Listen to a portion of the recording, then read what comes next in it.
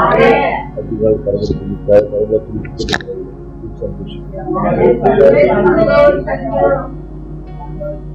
കാണണം. ഞാൻ ക്രിസ്തുവിൽ സന്തോഷിക്കുന്നു. ആമേൻ. കർത്താവിൽ സന്തോഷിച്ചില്ലെങ്കിൽ നമ്മള് പരാജയം. പലപ്പോഴും നമുക്ക് മനസ്സിലാകാത്ത ഒരുപാട് കാര്യങ്ങളുണ്ടാകും. എന്നാൽ ഒരു കാര്യം എപ്പോഴും ശ്രദ്ധിക്കണം, ഈ ചേഞ്ച് നമ്മുടെ ലൈഫിൽ ഉണ്ടെന്ന് നമ്മൾ സംഭവിച്ചേക്കാം. അത് വന്നില്ല എങ്കിൽ നമ്മൾ പരിശോധിക്കണം. ഒരു പാത്രം കഴുകുമ്പോ ആ പാത്രത്തിനകത്ത് അഴുക്കിരുന്നാൽ അത് മതിയെന്ന് വെച്ചാൽ മതി, ശരിയല്ലേ? പക്ഷെ ചിലരെ കണ്ടിട്ടുണ്ടോ, വീണ്ടും വീണ്ടും തേച്ച് തേച്ച് തേച്ച് തേച്ച് പാത്രം പോയാലും കുഴപ്പമില്ല, വൃത്തി വേണം. പണ്ടൊക്കെ ഞങ്ങളുടെ കാലത്തില് അടുക്കള ഈ അലുമിനിയം പാത്രത്തിൽ അടുക്കളയിൽ വെച്ചിട്ട് പിന്നെ മൺചട്ടിയൊക്കെ ആവുമ്പോ ചാമ്പല് വാരിക്കൊണ്ടിട്ട് നമ്മൾ കഴുകുന്നേ കണ്ടിട്ട് നമ്മളങ്ങനെ കഴിയും. ഇപ്പം അലുമിനിയം പാത്രം എത്ര തേച്ചാലും ചെയ്യത്തില്ല, ഒരു പരിധിയുടെ അപ്പുറം വൃത്തിയായി വരത്തില്ല. ചകിരിയും ചാമ്പലും ഒക്കെ ഇട്ട് അങ്ങോട്ട് ആറ്റി പിടിച്ചാൽ. അങ്ങനെ ഇരിക്കുകയാണ് ഈ സ്കർബർ എന്നാണ് പേര് തോന്നുന്നു. സ്കർബർ അല്ലേ ഈ വേസ്റ്റ് സ്റ്റീലിനെ അവരിങ്ങനെ ചുറ്റി ചുറ്റി വന്നു. എനിക്ക് നല്ല ഓർമ്മയുണ്ട്. അത് നൃത്തം ചെയ്ത് ആനന്ദിച്ചിട്ടാണ് നമ്മൾ പാത്രം കഴുകാൻ. സംഗതി പാത്രം കഴുകുകയാണെങ്കിലും കൊണ്ടിട്ട് കഴുകിടാന്നുള്ളത്. ഈ സാധനം കിട്ടിയിട്ട് തേച്ചപ്പോൾ ഈ അകത്ത് ഇളകാതിരുന്ന കറുപ്പൊക്കെ ഇളകി അലുമിനിയം പാത്രത്തിന് ചെറിയ ചെറിയ തിരുത്തലുകൾ വലിയ വൃത്തി വരുവാണ്. കർത്താവിനൊരു സന്തോഷത്തിന്റെ ആവശ്യം. ആമേൻ. ഹിസ്കിയാവ് രാജാവ് ആലയത്തിനകത്തേക്ക് എഴുതി പിടിക്കാൻ പോവുകയാണ്. പോവുകയല്ല, കാരണം ഭയങ്കര ചില കാര്യങ്ങൾ ദൈവത്തിന്റെ ശക്തി പറയുന്നത്. ആമേൻ. അത് കൂടെയുള്ള ഒരാൾക്ക് മനസ്സിലാകണമെന്ന് പറഞ്ഞത് മനസ്സിലാകും. നമ്മൾ വിചാരിക്കും ചങ്കെടുത്ത് കാണിക്കാം, ചങ്കെടുത്ത് കാണിക്കാം. നമ്മൾ നല്ല ഉദ്ദേശത്തോടെ ഒരു കാര്യം പറഞ്ഞാൽ എന്ത് ചെയ്തില്ല, അത് മനസ്സിലാകത്തില്ല. ആരെയും കുറ്റം പറഞ്ഞിട്ട് കാര്യം അവര് പറയുന്നത് നമുക്ക് ദിവസം. പക്ഷേ ദൈവവുമായുള്ളൊരു ബന്ധം ഈ രാജാവ് ആദ്യമായിട്ടല്ല പ്രാർത്ഥിക്കുന്ന ഒരു മനുഷ്യനാണ് മാത്രമേ സങ്കടം വരുമ്പോൾ ആലയത്തിലേക്ക് ചെല്ലാൻ. ചിലപ്പോ ചില പണ്ടൊക്കെ കൂടിപ്പോയി ബെഡിൽ വീഴുന്ന സീൻ, അല്ലെങ്കിൽ വാതിൽ ചടക്കി, എന്താ വെച്ചാൽ റിജക്ട് ചെയ്യാൻ. എന്നാൽ ആലയത്തിലേക്ക് ചെല്ലുമ്പോൾ റിജക്ഷൻ അല്ല, പോണതേ അവിടെ ഒരാൾ എന്നെ കേൾക്കാൻ ഉണ്ടെന്ന് പറഞ്ഞു. ഈ പൊട്ടക്കണ്ണുകൾക്ക് കാണാൻ പറ്റാത്ത ഒരാളാണ്. അമ്മേ ഗാന്ധി ഹന്നയുടെ കാര്യത്തിൽ വീട്ടിൽ പ്രാർത്ഥിക്കുന്നു. ആശയത്തിൽ അത് പറഞ്ഞു ചോദിക്കുന്നതേ ഉള്ളൂ. പ്രാർത്ഥിക്കാത്ത ഒരാൾക്ക് ആലയത്തിൽ പോകും. വീട്ടിൽ കുണപ്പെടാത്തവർക്ക് ആലയത്തിൽ വരികയാണ്. സത്യം. വീട്ടിൽ അല്പത്തിൽ പാടി പ്രാർത്ഥിക്കുന്നവർ ആലയത്തിൽ പാടി പ്രാർത്ഥിക്കും. വീട്ടിൽ അതിനകത്തൊരു രഹസ്യ ജീവിതത്തിനകത്തൊരു ഇഷ്ടം, ഒരു ലവ് ഓടുന്നവന് ആലയത്തിൽ തന്റെ ദൈവത്തെ മഹത്വപ്പെടുത്താൻ കിട്ടുന്ന ഒരു അവസരവും നാലൊരു കണ്ടോട്ടെ, കണ്ണതിന് കുഴപ്പമില്ല. അതൊക്കെ മനുഷ്യൻ ആഗ്രഹിക്കുന്ന കാര്യം. പിന്നെ സൗദിയിലുള്ളത് കൊള്ളാടെ എന്നൊക്കെ പറയുന്നത് നല്ലത്, നല്ല മെസ്സേജ് ആയിരുന്നു എന്ന് പറയുമ്പോൾ സന്തോഷം തോന്നും. നല്ല പാട്ടായിരുന്നു, നല്ല ആരാധന, ഇത് പറയുമ്പോ ഇതിനകത്തൊരു വില കൊടുക്കാതെ രണ്ട് സംഭവങ്ങളാണ് ഹിസ്കിയാവ് രാജാവിനെ സംബന്ധിച്ച് കിടക്കുന്നത്. ഒന്ന്, ഈ വിഷയം വരുമ്പോ ആലയത്തിലേക്ക് ഈ എഴുത്തുമായി ചെല്ലുമ്പോ അവിടെ മഹാപുരോഹിതനുണ്ടോ, വക്കാലത്ത് പറയാൻ ആരെങ്കിലും ഉണ്ടോ എന്ന് നോക്കുന്നു. രാജാവാണ് ചെല്ലുന്നത്, ഉണ്ടാകും അധികാരികളുണ്ട്. പക്ഷേ അവിടെ നമ്മൾ ആ ഭാഗം വായിക്കുമ്പോൾ രാജാവ് ദൈവത്തോട് സംസാരിക്കുന്ന ചില കാര്യമാണ്. നീ നോക്കണമെന്ന്, ഇങ്ങോട്ടൊന്ന് നോക്കപ്പ, കണ്ടോ അവര് പറയുന്നത് കണ്ടോ, നീ ഇത് കാണുന്നില്ല. നമ്മൾ പലതും നാട്ടുകാരുണ്ട്. ഒരാളെ കിട്ടിക്കഴിഞ്ഞാൽ കോമഡിയുടെ വിശേഷങ്ങൾ നീ അറിഞ്ഞില്ലേ, അവളുടെ ആകെ പ്രശ്നം, അവനാകെ പ്രശ്നം. നമ്മൾ നാട്ടുകാർക്ക് ഇത് പറയാൻ എന്തോ പറയുമ്പോ എന്തോ കിട്ടിയെന്നൊരു ഭാവം. എന്നോടാരും പണം തരുന്നത് ഞാൻ പണം ഒന്നും പറയണ്ടെന്ന് പറഞ്ഞാൽ പ്രതിക്കുക, തരുന്നത് വരും. അപ്പൊ അത് ഞാൻ പരിശോധിച്ചിട്ടുണ്ട്. ചിലപ്പോൾ മനഃപൂർവ്വമായിട്ട് വല്ലതും വരുന്നതാണോ? അല്ലല്ല, അതിങ്ങനെ അടിക്കടിക്ക് വരുന്നതാണ്. കൃത്യമായിട്ട് വേണം. ചില കാര്യങ്ങൾ കരുതിക്കൂട്ടി വരുന്നത് അങ്ങനെ പറഞ്ഞു.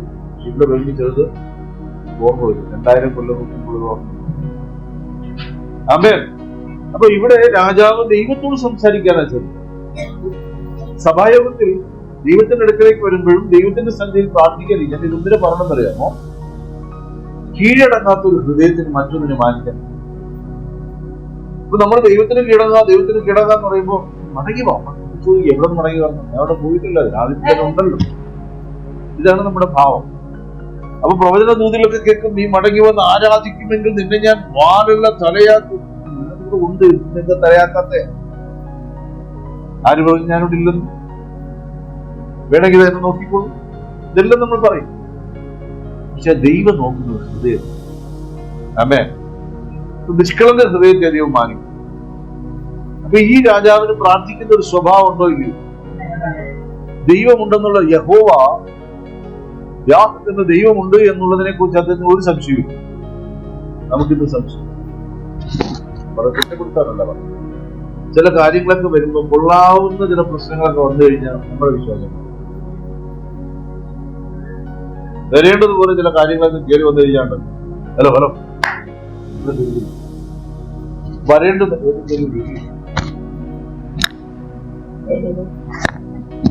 ചെയ്യരുതെന്നാണ് അവനെ ഓർത്തെങ്കിലും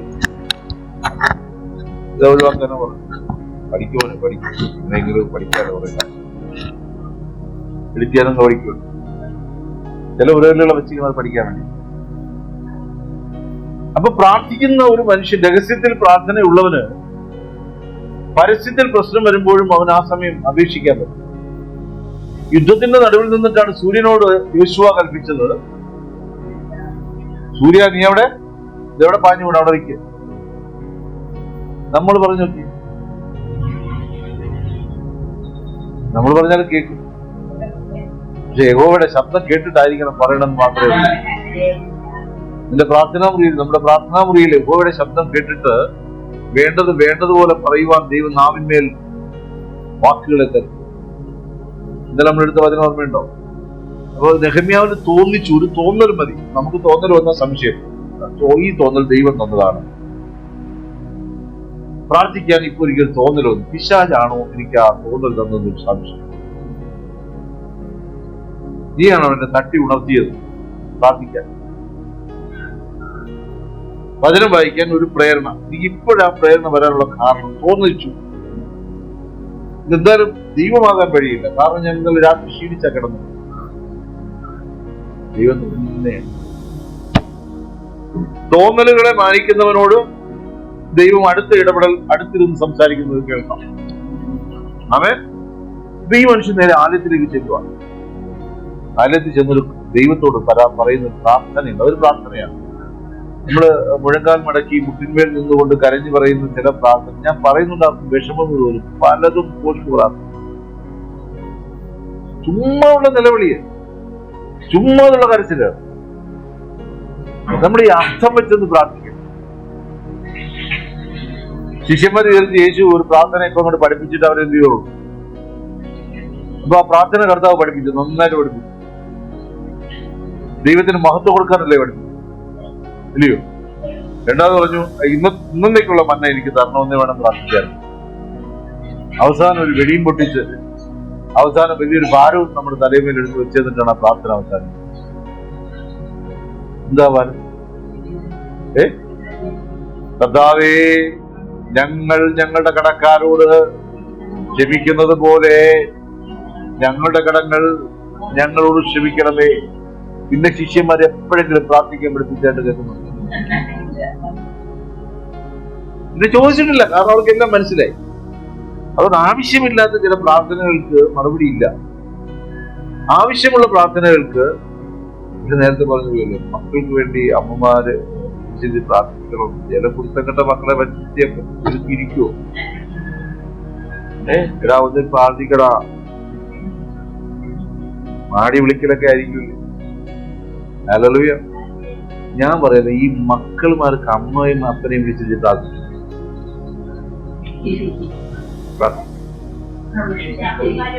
എനിക്ക് മക്കളുണ്ടാവും, എനിക്ക് പ്രാർത്ഥിക്കാമോ? പ്രാർത്ഥിച്ചു. ഞാൻ എന്റെ അപ്പനെയും അമ്മയും പ്രാർത്ഥിച്ചു. പൊന്തയങ്ങ് വെട്ടി വചനം അങ്ങിടും. ഇതൊക്കെ കഴിയത്തില്ല. കഴിയില്ലേ? ഹല്ലേലൂയ. ഇവൻ എന്നിട്ട് വെളിപ്പാട് പറയും. ഇന്ന് രാവിലെ ഒരു വെളിപ്പാട് കർത്താവിനെ വളർത്തി പ്രാർത്ഥിക്കണം. കുഞ്ഞു ആമേൻ. നല്ല വെളിപ്പാട്. അല്ല, എന്റെ ചോദ്യം ഇതാണ്, മക്കളെ, നിങ്ങൾക്ക് നിങ്ങൾക്ക് നിങ്ങളുടെ അപ്പനോ അമ്മയോ ബലഹീനമായിരിക്കുമ്പോൾ അവരെ വിളിച്ചിട്ട് എന്ത് ചെയ്യണം? അതിന് നീ താഴ്ന്നേ പറ്റൂ. നിനക്കൊരു വിനയമൊക്കെ വേണം. പ്രാർത്ഥിക്കാൻ മാത്രം അപ്പനെ വിളിച്ച അപ്പനെന്ന് പറയും നീ വളർന്നു. നേരെ മറിച്ച് എപ്പോഴും അപ്പനെ പറ്റിയിരിക്കുന്നവരാണെങ്കിൽ അപ്പൊ പ്രാർത്ഥിക്കാം, വന്നിരിക്കും. ശരിയല്ലേ? ഇത് ഗുണപ്പെടുകയല്ല, ഗുണപ്പെടാതെയാണ് ഉദ്ദേശിക്കുന്നത്. അപ്പൻ വളർത്തിയതുകൊണ്ട് ഞാൻ ചുമ്മാതാ. അപ്പൊ നല്ലതെല്ലാം നല്ല രീതിയിലാണ് നമ്മൾ വളർത്തിയത്, അല്ലേ? ശരിയല്ലേ? നമുക്ക് ബോധവും ബുദ്ധിയും ജ്ഞാനവും വന്ന നിമിഷം തൊട്ട് കണക്ക് മാറും. എല്ലാവരും ഓർത്താൻ നല്ലത്. നമുക്ക് കള്ളം പറയാൻ അറിയാമെങ്കിൽ കർത്താവ് പറയുന്നത് അവർ ഒന്നാം തരമായിട്ട് സത്യം പറയാൻ അറിയാമെന്ന്. ഹല്ലേലൂയ. ചില പിള്ളേരെ ബുദ്ധി ഇരിക്കും, പഠിക്കാൻ ബുദ്ധിയില്ല എന്ന് പറഞ്ഞവരാണെങ്കിൽ അവന്റെ ഭണ്ഡാരം ഒന്ന് പരിശോധിച്ചാൽ ഒരു ശാസ്ത്രജ്ഞന്റെ ഭണ്ഡാരങ്ങൾ അതിനകത്ത്. പിന്നെ എങ്ങനെ ഇവന് ബുദ്ധിയില്ലെന്ന് പറയാൻ? പിന്നെ എങ്ങനെ ഇവൻ എന്റെ കൂടെ 10ാം ക്ലാസ്സിൽ 3-4 ഇന്നങ്ങനെ രചയിപ്പിച്ചു വിടും. ഞങ്ങൾ പഠിച്ച കാലത്തൊക്കെ ഏറ്റവും പുറകിലത്തെ ബെഞ്ചിലിരിക്കുന്ന ആചാര ബഹുക്കളായ കൂട്ടുകാരന്മാരാണ്. ചന്ദ്രൻ എന്ന് പറഞ്ഞ എനിക്കൊരു കൂട്ടുകാരനുണ്ടായിരുന്നു. 4 വർഷം തൂക്കിക്കാണും. അതായത് ഞങ്ങൾക്ക് 14 18 വയസ്സായിട്ടോ 10ാം ക്ലാസ്സിൽ. അപ്പൊ പുറകിലത്തിലെ ബെഞ്ചിലിരിക്കുന്നവരെല്ലാം എഴുതി തള്ളപ്പെട്ടവരാണ്. സാറുമാര് തള്ളി, പഠിപ്പിച്ചുള്ള ഫ്രണ്ടിൽ ബെഞ്ചിൽ 3, ആദ്യത്തെ 3, അപ്പുറത്ത് 2, അങ്ങനെ 3-നും 5. പക്ഷെ 2ാമത്തെ റോ കഷ്ടി ജയിക്കുന്നവരാണ്. 3-4 റോയിലൊക്കെ ആണെങ്കിൽ 3ാമത്തെ റോ കളി പറഞ്ഞ് പ്രശ്നങ്ങൾ ഉണ്ടാക്കുന്നവരാണ്. 4ാമത്തെ റോ ഒരു ശല്യവുമില്ല, പക്ഷെ ജയിക്കുക. ഇതൊക്കെ അക്കാഡമിക് ലെവലിൽ മാത്രമാണ്. പക്ഷെ ഞാൻ നോക്കിയപ്പോ പിന്നത്തേല് ഞങ്ങളുടെ ഈ കൂട്ടായ്മയൊക്കെ ഗ്രൂപ്പുകളൊക്കെ കൂട്ടായ്മയൊക്കെ ഇട്ടിട്ട് ഒരു ദിവസം ഞാൻ ചെന്നു മരണത്തിന് പോയപ്പോ ഞങ്ങളുടെ ഈ പുറകിൽ നിന്ന് എല്ലാ തോറ്റുപോരും ഒന്നാന്തരം ബിസിനസ് നടത്തി, ഒന്നാന്തരം രീതിയിൽ കണക്ക് കൂട്ടാൻ അറിയാം. അന്ന് 4, 3, 7 എന്ന് പറയാൻ തെറ്റു. ഹല്ലേലൂയ. അതുകൊണ്ട് ദൈവമക്കളെ വേഷം എനിക്ക് കണിഞ്ഞൂടാ കെറിഞ്ഞൂടാ എന്നൊന്നും പറഞ്ഞ് രക്ഷപ്പെടാനൊന്നും നടക്കുക. ദൈവവചനം കൊണ്ട് പഠിപ്പിക്കും. മനസ്സിലായി? അത് പറയുമ്പോൾ മാത്രം നിങ്ങൾക്ക് പിന്നെ ഒരു ഒരു വൈക്ലഭ്യം, കഴിക്കാൻ പറ്റാത്ത എന്തോ കഴിച്ചതുപോലെ ഒരു ഭാവം, അങ്ങോട്ട് മാറാൻ പറ്റുന്നില്ല, മനം തിരിയാൻ പറ്റുന്നില്ല, ആരാധിക്കാൻ പറ്റുന്നില്ല. ഇതൊക്കെ ഈ പരിപാടിയൊക്കെ മാറ്റിവെക്കുക. ഒന്ന് മനസ്സിലാക്കുക, ദൈവം എന്നെ വിളിച്ചത് സ്വർഗരാജ്യത്തിലേക്ക് കൊണ്ടുപോകാൻ തന്നെയാണ്. ദൈവം എന്നെ വിളിച്ചത് മരണത്തിൽ നിന്ന് ജീവനിലേക്ക് കടക്കാൻ വേണ്ടിയിട്ട് തന്നെയാണ് ഞാനൊരു വില കൊടുക്കുന്നത്. ഹല്ലേലൂയ. അപ്പൊ തോറ്റു കിടക്കുന്നവനോടാണ് കർത്താവ് പറയുകയാണ്, നീ ഊതി കഴിച്ചപ്പോ എന്ത് ചെയ്യണം? നീ വില കൊടുത്തു വാങ്ങണം. ക്രൂശിക്കപ്പെട്ട ക്രിസ്തു. കാരണം എന്താ? അതിന്റെ അർത്ഥം മനസ്സിലായോ?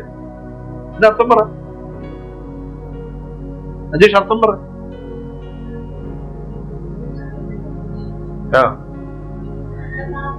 ക്രൂശിക്കപ്പെട്ട ക്രിസ്തു, നീ ഇനി വില കൊടുക്കാൻ പറഞ്ഞ എന്താ?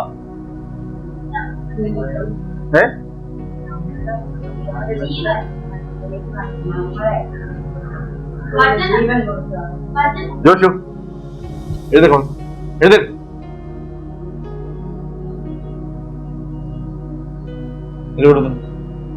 ആണുങ്ങളുടെ ഇങ്ങോട്ടോ വാ. എന്തുകൊണ്ടായിരിക്കും ആ പറഞ്ഞിരിക്കുന്നത്? വില കൊടുക്കാൻ പറഞ്ഞിരിക്കുന്നത്? നിങ്ങൾ ആരും നമുക്ക് മൈൻഡ് ചെയ്യണ്ട. എന്നെ ചോദിച്ചു നോക്കിയേ വരും. നോക്കിയാ അത്ര വില ഒന്നുമല്ല സംഭവം. ക്രൂശിൽ യേശു മരിച്ചു.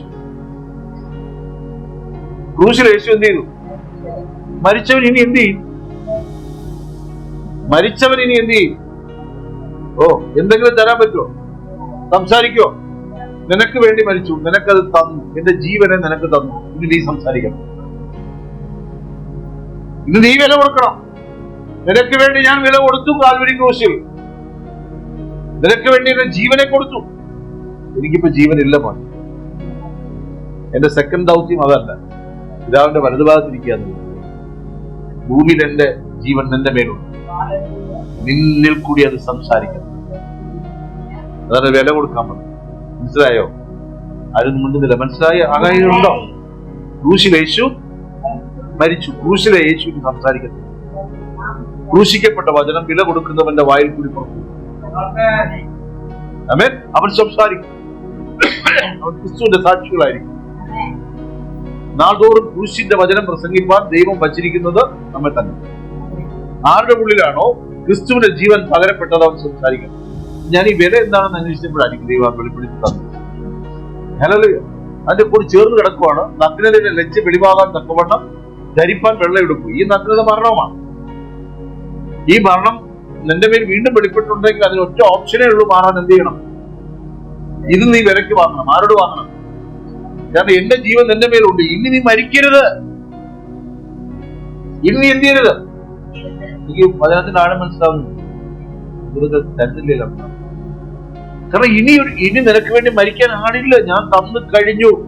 ഞാൻ എന്റെ ജീവൻ എന്ത് ചെയ്തു? ഈ അവയവദാനം ചെയ്യുന്നവര് ഇപ്പോ പിന്നെ അതൊരു ഡോക്ടർമാർ പറയത്തില്ല, ഈ കണ്ണാർക്ക് കൊടുത്തു ചെവിയാർക്ക് കൊടുത്തു എന്ന് പറയാറുണ്ട്. പറഞ്ഞു കഴിഞ്ഞാൽ അവർ വീട്ടിൽ പോയിരിക്കും. ഹൃദയത്തിന്റെ പൈസ ഞാൻ ദാരിദ്ര്യം പിടിക്കുക, കരൾ എന്റെ കരളാ നിന്റെ അകത്ത് എടുക്കണം, അപ്പോഴും കടാ നമുക്ക് ചോദിക്കും. അതിന് ഡോക്ടർമാർ രഹസ്യമായിട്ട് വയ്ക്കും. അപ്പോഴും കണക്ക് തീർക്കുന്നത് ക്രൂശിലെ കർത്താവിന്റെ ജീവൻ എന്ത് ചെയ്യുന്നു? കർത്താവ് തന്റെ വസ്ത്രത്തെ ഊരി എന്നെ അണിയിച്ചു. കർത്താവ് നഗ്നനായി. ഇനി നീ നഗ്നനായി മരിക്കും. മൂന്നാമത്തെ കാര്യം കണ്ടോ? നീ കണ്ണിനെഴുതാൻ ലേവം എന്നോട് ചോദിച്ചോളണം. അപ്പൊ കാത്തിരിപ്പ് യോഗത്തിലും സഭായോഗത്തിലും ദൈവത്തെ ആരാധിക്കുവാനും യേശു തന്നെ ഏക വഴിയെന്നും ഓർമ്മ. ദൈവം തന്നെ ഏക വഴിയെന്നും അതിനുള്ള യാത്രയായിരുന്നു. പിന്നെ അതിലേക്ക് ഈ കർത്താവിന്റെ സന്നിധിയിൽ നിന്ന് ഈ ആത്മാവിനെ തരുവാൻ ആർക്കേ കഴിയുള്ളൂ? കർത്താവിനെ കഴിയുള്ളൂ. വില കൊടുക്കാതെ വഴിയെ പോയപ്പോ വെള്ളടി വെട്ടി ഞാൻ കർത്താവിനെ കണ്ടു. പൗലോസ് മാത്രമാണ്. അത് പൗലോസ് പോയത് പ്രാർത്ഥനയോടെയാണ്. എന്താ പ്രാർത്ഥന എന്നറിയാമോ? അവിടെ വാക്യം നിങ്ങൾ വായിക്കുമ്പോൾ മനസ്സിലാവും. ശ്വസിച്ചുകൊണ്ട് പോയി എന്നാണ്. എന്ത് ശ്വസിച്ചു? ദൈവമക്കളുടെ മരണം ശ്വസിച്ചുകൊണ്ട്. ഇവനെ വിടുവോ? അവൻ നട്ടുച്ചയ്ക്ക് കൊടുക്കേണ്ടത് നട്ടുച്ചയ്ക്ക് കൊടുക്കും. ഇത്ര മനസ്സിലായി? ഹല്ലേലൂയ. അത് പ്രാർത്ഥിക്കുന്ന ഒരു സ്വഭാവം ഒരുത്തനുണ്ടെങ്കിൽ അവർ കീഴടങ്ങുന്ന ഒരു സ്വഭാവമുള്ളവരായിരിക്കും. അതിനൊരു കാര്യം പറയാം. വിനയം വിനയം സംസാരിക്കുമ്പോൾ ഒരു വിനയം നമുക്ക് ആവശ്യം. സംസാരിക്കുമ്പോൾ നമ്മുടെ നമ്മൾ ആദ്യം ക്രമപ്പെടുത്തുന്നത് ചില വിഷയങ്ങളായി പറയുന്നത്. അത് കഴിഞ്ഞ് കട്ടി കുറഞ്ഞു തരാം. നമ്മൾ സംസാരിക്കുമ്പോൾ നമ്മുടെ വാക്ക് ഇറിറ്റേറ്റ് ചെയ്യുന്നതാണ്. നമ്മുടെ വാക്ക് വചനം കൊണ്ട് ശുദ്ധി വരുത്തിയതാകട്ടെ. നമ്മളെ മറ്റൊരു ജാതി എത്ര സമാധാനത്തോട് സംസാരിക്കുന്നു പറയാനിടവരും. ഞാൻ ശ്രദ്ധിച്ചിട്ടുണ്ട്, കണ്ടിട്ടുണ്ട്, കേട്ടിട്ടുണ്ട്. നമ്മൾ പറയുന്നത് കേട്ട് കഴിഞ്ഞാൽ ഉണ്ടല്ലോ, അപ്പൊ തന്നെ കമ്പ് കെട്ടി അവിടെ ഇങ്ങോട്ട് അടി തുറന്നു. ഉണ്ടാകുന്ന പട്ടിയുടെ തലയിലെടുത്ത് പറഞ്ഞതുപോലെ കല്ലെടുത്തിട്ട് കൊടുത്തവരെ എന്താ? ദൈവമക്കളുടെ വായിൽ നിന്ന് വരുന്ന വാക്കുകൾ ഒരു സമാധാനമുണ്ട്. മനസ്സിലാവുന്നുണ്ടോ? ഇത് പറഞ്ഞിട്ട് നിങ്ങൾ എന്നെ അളക്കാൻ പറ്റരുത്, ഞാൻ നിങ്ങളെ ശാസിക്കും. എന്നെ ദൈവം ശാസിക്കുന്നുണ്ട്, ഞാൻ നിങ്ങളെ ശാസിക്കും. ഇപ്പൊ ശാസിക്കാൻ പാടില്ല എന്റെ പാസ്പോർട്ട്. നിങ്ങൾ ആര് ശാസിക്കും? നാട്ടുകാർ ശാസിക്കാതിരിക്കുമെങ്കിൽ ഞാൻ ശാസിക്കും. പലരും തല്ലാതിരിക്കാൻ വേണ്ടിയിട്ട് അടിയാരി തരും, അപ്പം തരും. അതിനുള്ള വഴി ഇവിടെ വെച്ചു. അതെ, അതുകൊണ്ട് വക്കാലത്ത് പിടിച്ചുകൊണ്ട് ഇത് കഴിഞ്ഞിട്ട് എന്തിനു തന്നെ മണ്ടയ്ക്ക് കയറാൻ പറ്റും.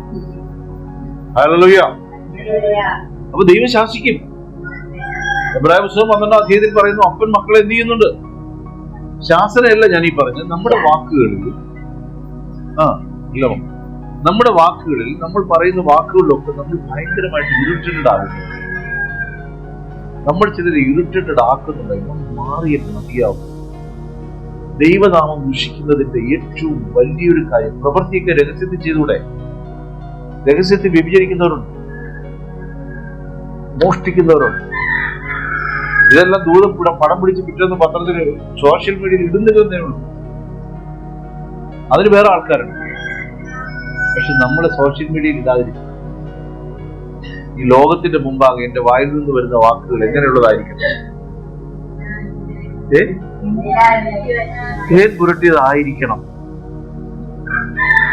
ഇത് നമ്മുടെ വാക്കുകൾ, നിങ്ങളുടെ നല്ല പ്രവൃത്തികൾ. വാക്ക് നല്ലതെങ്കിൽ പ്രവൃത്തി നല്ലതായിരിക്കും. വാ തുറക്കുമ്പോൾ നാറ്റം വന്ന പല്ലേച്ചില്ലെന്നതിന്റെ അർത്ഥം. ശരിയല്ലേ? കുളിക്കാതെ നടക്കുന്ന ഒരുത്തിന്റെ അടുത്ത് കുളി നമ്മളെ കെട്ടിപ്പിടിച്ചൊക്കെ നടക്കും. തോളത്ത് കൈകൊണ്ട് നടന്നതായി ഇന്ന് അടുപ്പിക്കാൻ കൊണ്ടുവരാം. രാവിലെ ബാത്റൂമിലൊന്നും പോകാതെ വെച്ച് ഉച്ചവരൊക്കെ കറങ്ങണമെന്ന് എന്തായിരിക്കും സമയം? അവന്റെ തീന്മേശയുടെ അടുത്ത് സിമ്പിളായിട്ട് പറഞ്ഞു തരുവാ, മനസ്സിലാക്കാൻ വേണ്ടിയിട്ട്. എങ്ങനെയെങ്കിലും മനസ്സിലാകണം. അവനെ കൊണ്ട് ഹലോ സഹോദര, നിങ്ങളെവിടെയാണ്? നിങ്ങളെവിടെയാണ്?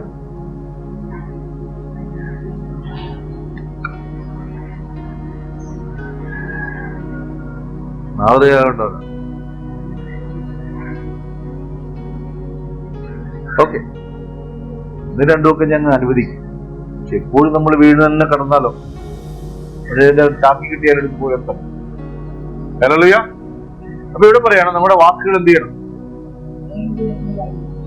തേന് വാങ്ങാൻ കിട്ടിയില്ല എന്ന് വെച്ചിട്ട് ഭയങ്കര വില, 120 രൂപയാണ്, 500-400 ഗ്രാം വരെ കഞ്ഞിക്കളയായിരുന്നു. വചനത്തിന് കീഴടങ്ങുന്നവന്റെ വാക്കുകളും നോട്ടത്തിലും ഭാവത്തിലും ഒക്കെ ഉണ്ടല്ലോ, അവൻ തന്നെ തിരിച്ചറിഞ്ഞ് തിരുത്തുന്നവനായി. തന്നെ തിരിച്ചറിഞ്ഞ് തിരുത്തുന്നവനായി. അവർക്ക് എല്ലാവരും പറഞ്ഞാട്ടെ, തന്നെത്താൻ തിരിച്ചറിഞ്ഞ് തിരുത്തുന്നവനായി. നമ്മൾ ഇതേ ഭാവം തുടർന്നാൽ ദൈവത്തിൽ നമ്മൾ അടുക്കാൻ പറ്റുന്നു. ദൈവം അവനെ ദൂരത്ത്, അവനെ ദൈവം വിളിക്കുന്ന പേരെന്താണ്? നിഗളി എന്നാണ്.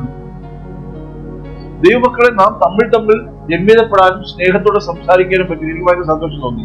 ഗീത സൗകര്യം പബ്ലിക് സൗകര്യം കൊണ്ട് ഭയങ്കര സന്തോഷത്തിലാണ് വാക്കുകളൊക്കെ സംസാരിക്കുന്നത്. ഇന്ന് രാവിലെ ഇന്നലെയൊക്കെ സംസാരിക്കുന്നുണ്ട്, ഫലം കായ്ക്കുന്നതാണ്. അതെന്നെനിക്ക് തോന്നുന്നു. വർദ്ധിച്ചു വരട്ടെ. അപ്പൊ പ്രവൃത്തി വെളിപ്പെടുന്നതിന് മുമ്പ് ഈ നല്ല വാക്കുകൾ, നമ്മളിൽ നിന്ന് മാറ്റേണ്ടുന്ന മറ്റൊരു വാക്കാണ് കുത്തുവാക്ക്. ഇന്റൻഷൻ ഒന്നായിരിക്കും. ഒരു ഇന്റൻഷൻ ഉണ്ട്. എനിക്ക് ഉള്ളിൽ ഒരു കാര്യം ബോധിപ്പിക്കാനുണ്ട്. ഇന്റൻഷനുണ്ട്. ദൈവം നിങ്ങൾ എന്നെ ഉദ്ദേശിച്ചിട്ടാണെന്ന് പറഞ്ഞാൽ ആരും ഏറ്റെടുക്കരുത്. ഇതെല്ലാവരും ഏറ്റെടുക്കും. ഒരാളായിട്ട് ഏറ്റെടുക്കും. എല്ലാവരും. ഇത് ഭയങ്കര ഇമ്പോർട്ടന്റ് ആണ്. ഇന്റൻഷൻ. എനിക്കൊരു ഇന്റൻഷനുണ്ട്. ഇപ്പൊ ഞാന്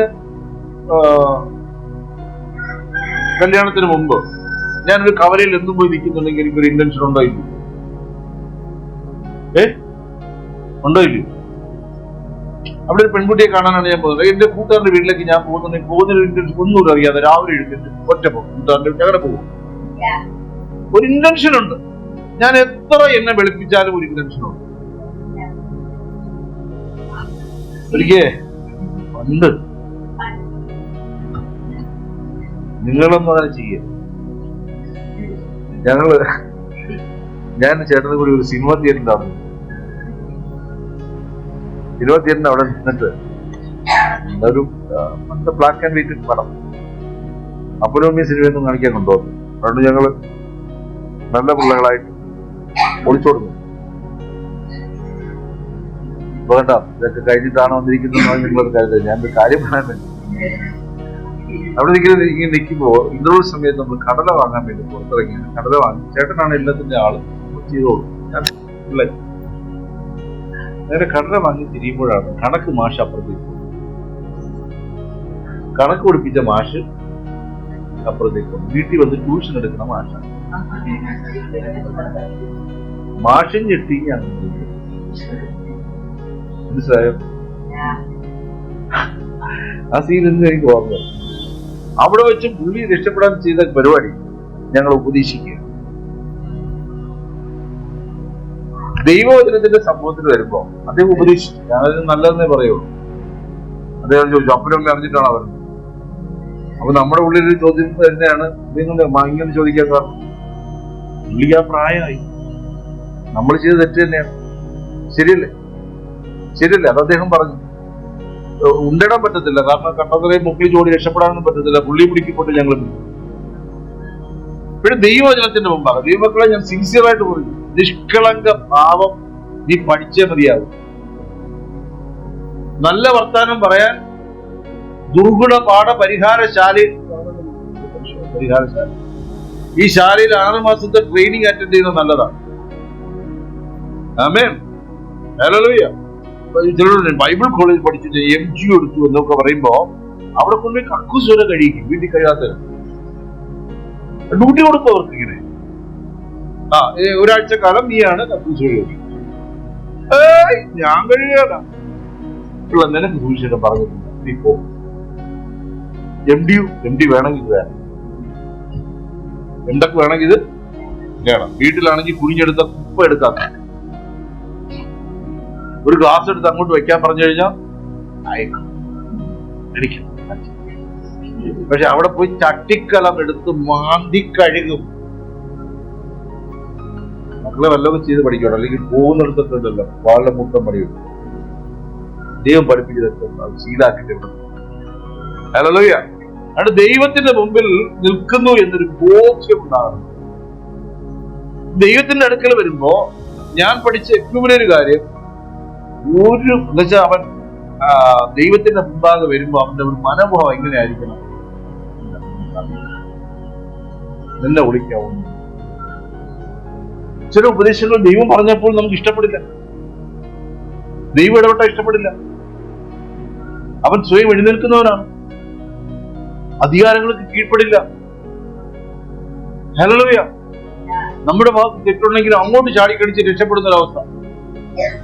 കേട്ടിട്ടുണ്ടോ? ചായ വേണം, വേണ്ട, ഇത് അങ്ങോട്ട് മാറ്റിയിട്ടാ പിന്നെ ചോദിക്കത്തില്ലല്ലോ. കള്ളം പറിക്കാൻ വേണ്ടി ചില പരിപാടികൾ, ഇല്ലാത്ത ഭാവങ്ങൾ നടിക്കൽ, ഇതും വെച്ചോണ്ടിരിക്കുന്നവൻ ദൈവത്തോടും ഇതേ ഭാവം കൂടെ ആയിരിക്കും ഇടപെടുന്നേ. സ്കിന്ന് പ്രകാശിച്ചെങ്കിൽ അകത്തെ ഹൃദയം പ്രകാശിക്കണ്ടേ? പണ്ട് 40 ചുണ്ടിയുണ്ടൊക്കെ ഇരുന്നപ്പോ ആരോ പറഞ്ഞു, ഇതിന് മുഖത്തിൽ വ്യത്യാസമുണ്ട്. അങ്ങനെ ഇതിൽ ശരീരമൊക്കെ ഉണങ്ങിയതിന്റെ ഒരു തോന്നുന്നു. അപ്പൊ ഞാനിങ്ങനെ ചിന്തിച്ചു, കർത്താവേ 40 ഇരുന്നപ്പോ മോശ പ്രകാശിച്ചത് ആ പ്രകാശമാണോ ഈ പ്രകാശം? ഇത് ആത്മാവിന്റെ വെളിപ്പാട് ഇപ്പോഴാണ് മനസ്സിലായത്. അകത്തെ ദൃഷ്ടിയാണ് പ്രകാശിക്കുന്നത്. ദൈവസന്നിധിയിൽ ഓരോ മണിക്കൂറുകൾ ഇരിക്കുമ്പോഴും ഓരോ മിനിറ്റുകൾ ഇരിക്കുമ്പോഴും നമ്മുടെ അകത്തെ മനുഷ്യൻ മാറിക്കൊണ്ടേയിരിക്കും. ഞാൻ പ്രാർത്ഥനാ മുറിയിൽ പ്രാപിച്ചത് എന്താണോ അത് സഭാജീവിതത്തിൽ, രഹസ്യ ജീവിതത്തിൽ, പരസ്യ ജീവിതത്തിൽ, വിശുദ്ധ ജീവിതത്തിൽ, വിശ്വാസ ജീവിതത്തിൽ വെളിപ്പെട്ടു വന്നു. ഹല്ലേലൂയ. ഞാൻ എന്റെ പ്രാർത്ഥനാ മുറിയിൽ പ്രാപിച്ചത് എന്റെ വിശുദ്ധ ജീവിതത്തിൽ, എന്റെ വിശ്വാസം രണ്ടാണ്. വിശ്വാസ ജീവിതത്തിൽ, എന്റെ പരസ്യ ജീവിതത്തിൽ, എന്റെ രഹസ്യ ജീവിതത്തിൽ, എന്റെ സഭാ ജീവിതത്തിൽ വെളിപ്പെട്ടു വന്നു. ഹല്ലേലൂയ. അതുകൊണ്ടാണ് മനം തിരിയാതിരുന്നാൽ, നിങ്ങൾ മാനസാന്തരപ്പെടാതിരുന്നാൽ അങ്ങനെ തന്നെ നശിച്ചു പോകുമെന്ന് കർത്താവ് പറയുന്നു. ഹല്ലേലൂയ. അപ്പൊ ഈ ഹിസ്കിയാവ് നേരെ എഴുത്തും കൊണ്ട് അങ്ങോട്ട് ചെന്ന് കർത്താവിനോട് പറയുന്ന എഴുത്തു ചേർന്ന്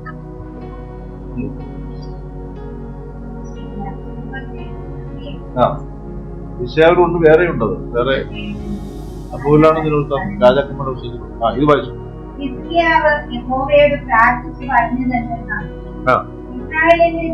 ഇതൊരു പ്രാർത്ഥനയാണ്. യെശയ്യാവ്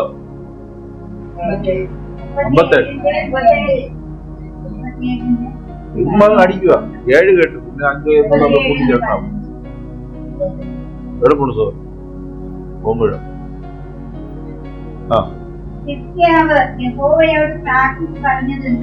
ഇതൊരു പ്രാർത്ഥനയാണ്.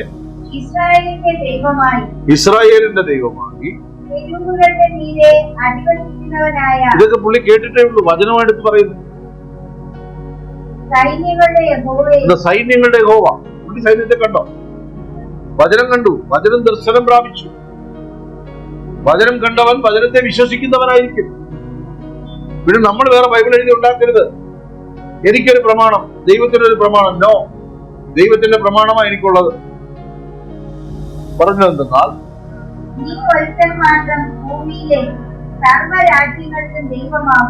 നീ ഒറ്റ ഒരുത്തന്നെ ദൈവമുള്ളൂ. എനിക്കതിനകത്ത് ഡൗട്ട് ഇല്ല. പ്രാർത്ഥനയാണ് അടുത്ത്.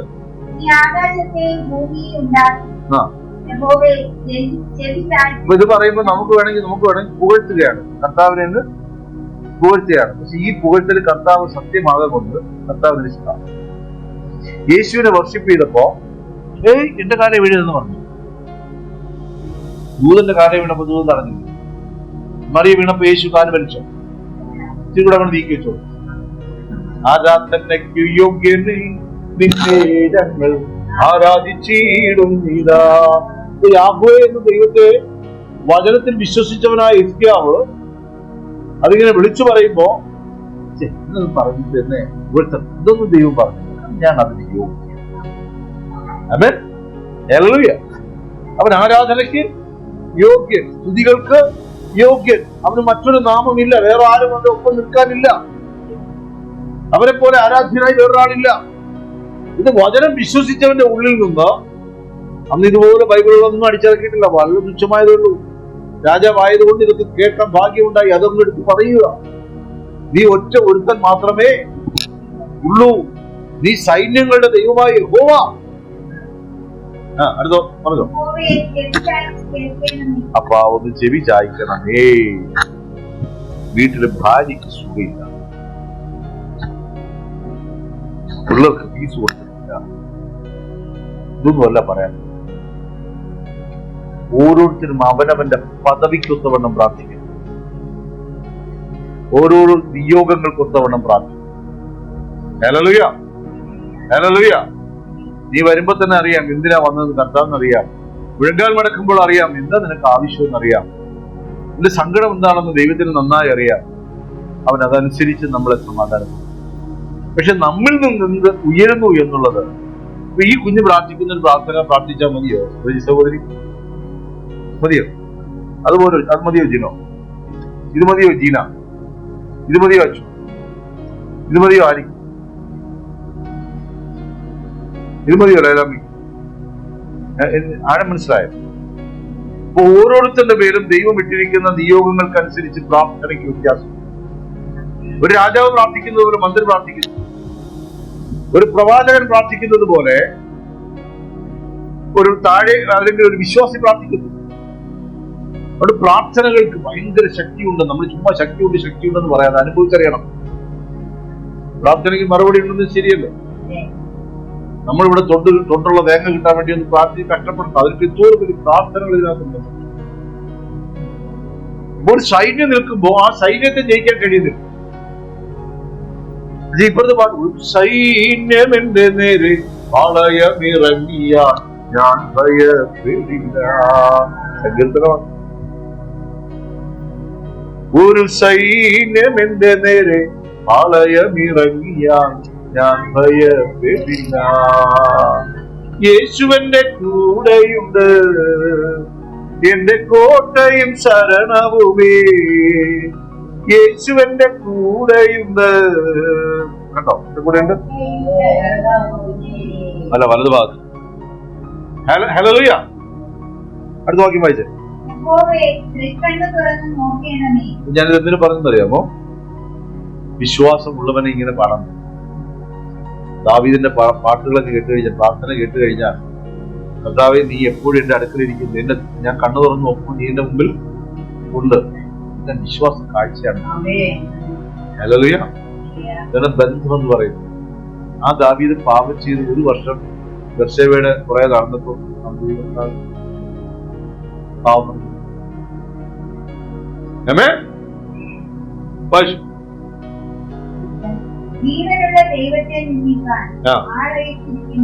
അപ്പൊ എന്റെ ദൈവത്തിന് ജീവൻ ഉണ്ടെന്നുള്ളത് ഉറപ്പല്ലേ?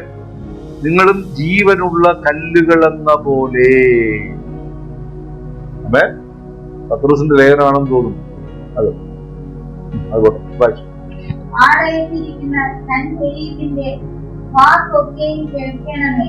കേട്ടോ, ഇതിവിടെ എടുത്തു പറയുന്നതാണ്. ദൈവത്തിന്റെ ജനത്തിന് വിരോധമായി എഴുന്നേറ്റപ്പോൾ ഒരു പ്രവാചകനെ കൊണ്ടല്ല ദൈവം പ്രാർത്ഥിപ്പിച്ചത്. പ്രാർത്ഥിക്കുന്ന പ്രാർത്ഥന അനുഭവമുള്ള ഒരു രാജാവിനെയാണ് ദൈവം എഴുന്നേൽപ്പിച്ചത്, ആലയത്തിലേക്ക് വരുത്തിയത്. അതുകൊണ്ടാണ് പറഞ്ഞത് നിയോഗത്തിന്റെ പ്രാർത്ഥനകൾ ഉയരണം. നിയോഗത്തിന്റെ ഓരോരുത്തരുടെ മേൽ കിടക്കുന്ന അഭിഷേകത്തിനകത്ത് ദൈവം ഏൽപ്പിച്ചിരിക്കുന്ന നിയോഗത്തിന്റെ പ്രാർത്ഥനകളുണ്ട്. നമ്മുടെ പ്രാർത്ഥനകളുടെ ലെവലുകൾ കുറഞ്ഞു പോകുന്നത് നിരാശകളും സങ്കടങ്ങളും മാത്രമേ നമുക്ക് ദൈവത്തോട് ബോധിപ്പിച്ച് കരയാനുള്ളൂ. എഴുന്നേൽപ്പിക്കണമപ്പ, ചാടിക്കണമപ്പ. ശത്രുവിനെ കുറിച്ച് നമുക്ക് ഒരു ഭയവുമില്ല. ശത്രു വന്നാലും പ്രശ്നമൊന്നുമില്ല. നീ ഞങ്ങളെ നെഞ്ചേൽപ്പിച്ചാൽ. ഇവിടെ രാജാവ് പ്രാർത്ഥിക്കുന്നില്ല, ശത്രുവിനെ നീ തോൽപ്പിക്കണം. ശത്രുവിനെ ചൂണ്ടിക്കാണിച്ചു കൊടുക്കരുത്. അപ്പുറത്ത് നിൽപ്പുണ്ട്. ആ സൻഹേരീബിന്റെ വാക്കുകൾ നീ കേട്ടു. അവന്റെ വാക്കുകൾ നീ കേൾക്കുന്നില്ലേ അപ്പ? ഒരു പ്രാർത്ഥനയാണ്. പിശാചിനെതിരെ വാദിക്കുന്നത്, നീ കുറ്റം പറയുന്നത്, നീ കുറ്റം പറയുന്നത് എന്ന് പറഞ്ഞ് ദൈവത്തിന്റെ മുമ്പിൽ ചെല്ലണമെങ്കിൽ നിഷ്കളങ്ക ഭാവം വേണ്ടേ? നമ്മൾ പറയണം, കണ്ടോ എന്നെ കുറ്റം പറയുന്നത് കണ്ടോ? അപ്പൊ കർത്താവ് പറയും, നീയോ? പക്ഷെ ദൈവത്തിനടുത്ത് നടക്കുക. മക്കളാണെങ്കിലും അപ്പന് ഒരു മാറ്റമില്ലാത്ത വചനമാണ്. ആമേൻ. അതുകൊണ്ട് താഴാനൊരു ഹൃദയം, നമുക്ക് മനുഷ്യരോട് താഴാനൊരു ഹൃദയവും. കർത്താവ് നമ്മളെ പഠിപ്പിക്കുന്നത് ഇങ്ങനെയാണ്: ഒരുത്തൻ മറ്റൊരുത്തനേക്കാൾ ശ്രേഷ്ഠനാണെന്ന് കരുതുവിൻ. ഒരുത്തൻ മറ്റൊരുത്തനേക്കാൾ ശ്രേഷ്ഠനാണെന്ന് എണ്ണിക്കൊള്ളുവിൻ. ഒരാളവിടെ പോയി പറഞ്ഞു, വീട്ടിൽ കിടക്കുക. അപ്പൊ അടുത്തിരിക്കുന്നവർക്ക് കരം കൊടുത്ത് പറയും, നീ എന്നെക്കാൾ ശ്രേഷ്ഠനാണ്.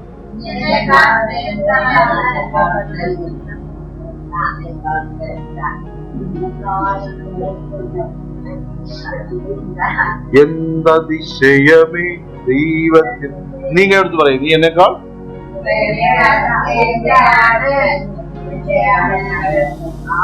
നിങ്ങൾക്ക് ആരോടാണോ ഏറ്റവും വെറുപ്പ് ഉള്ളത്?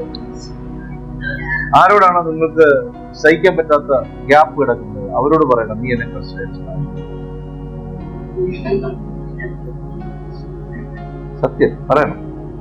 നമ്മ ഏറ്റവും കൂടുതൽ ദ്രോഹിച്ചവരെ നോക്കിയിട്ട് പറയും, നീ എന്നെക്കാൾ ശ്രേഷ്ഠനാണ്. അങ്ങനെ കർത്താവ് പഠിപ്പിക്കും. അപ്പൊ നമുക്ക് തോന്നും, കർത്താവ് ഇതൊക്കെയാണ് കഷ്ടം. മനസ്സിലാകുന്നു? അല്ല, വീട്ടിൽ അരിയില്ലാത്തതല്ല കഷ്ടം, ഇതൊക്കെയാണ് കഷ്ടം. ഇതൊക്കെ പറയുമ്പോ ഞാൻ പോയിട്ടിപ്പോ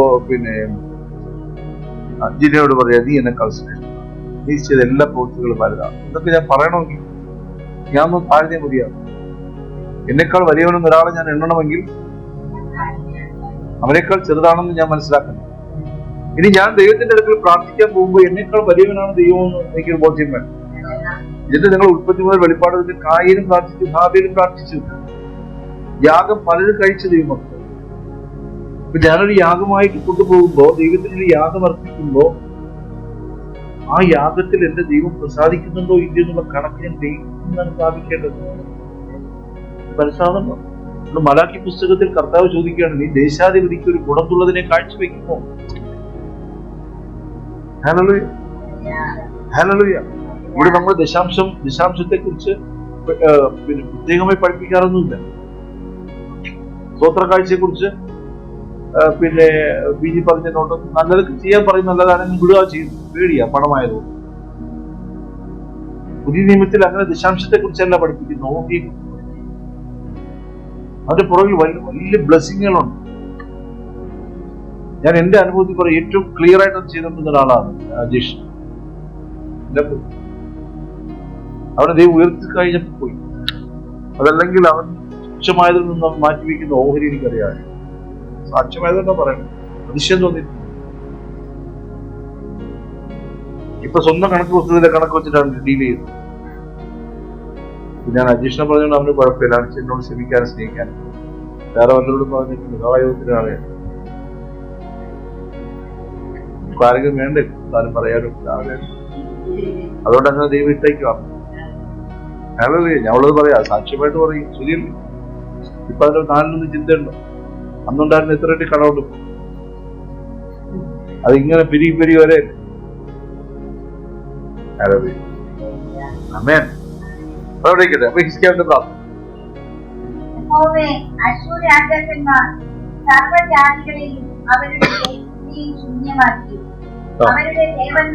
അയ്യോ, അവന്മാര് ഭയങ്കര പ്രശ്നം ഉണ്ടാക്കുക കർത്താവ്. അപ്പുറത്തും ഇപ്പുറത്തൊക്കെ പോയി അടിച്ചു,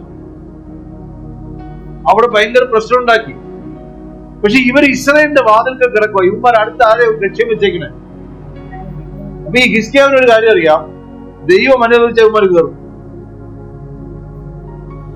വല്ലപ്പോഴും അശൂറിനെ കയറ്റിയ ചരിത്രം കേട്ടിട്ടുണ്ട് പുള്ള. കർത്താവിന് വല്ലപ്പോഴും ഇസ്രായേലിനെ അടിക്കാനുള്ള വഴിയാണ് അശ്ശൂര്. അതുകൊണ്ട് ഇവന്മാര് അങ്ങനെ കിടക്കുക. വല്ലപ്പോഴും അടിച്ചിട്ടുള്ളത് കൊണ്ടാണ് യോനയെ കൊണ്ട് അവിടെ അയച്ചത്. അതാണ് യോനയ്ക്ക് ഇഷ്ടമില്ലാതെ പോയത്. കാരണം ഇവന്മാർ ഇസ്രായേലിന് എപ്പോഴും തലവേദനയാണ്. ഈ രാജാവിന്റെ ബുദ്ധിയാണ്. രാജാവിനൊരു കാര്യം മനസ്സിലായി, ദൈവം അറിയാതെ ഇവന്മാർ വന്നിട്ടുണ്ട്. ദൈവം അനുവദിക്കാതെ ഈ അതിർവരമ്പിൽ അവനില്ല. ഇനി അടുത്ത നിമിഷം ഇവർ കേറുന്നതിനും തോൽക്കുന്നതിനും ഇടയിൽ ഒരു അല്പസമയം കൂടി ആരംഭിക്കും. ഈ വന്നതിനൊരു ഉദ്ദേശമുണ്ടെന്ന് ഈ രാജാവിന്റെ ബുദ്ധിയിൽ മനസ്സിലായി. അടുത്ത് ഇതിന്റെ മറ്റൊരു തെളിവാണ്, നെബൂഖദ്നേസർ രാജാവ് ഇസ്രായേലിനെ ഉപരോധിച്ചുകൊണ്ട് എത്രയോ ആണ്ട് ഇസ്രായേലിന്റെ പുറത്ത് കിടന്നു. ഓരോ ഉപരോധത്തിന്റെ ശക്തി കൂടുമ്പോഴും മനം തിരിയുവാൻ ഇരമ്യാവിനെ കൊണ്ട് പ്രസംഗിപ്പിച്ചുകൊണ്ടായിരുന്നു. അപ്പോഴാരും കേൾക്കാൻ തയ്യാറായിരുന്നു. മനസ്സിലാകുന്നുണ്ടോ?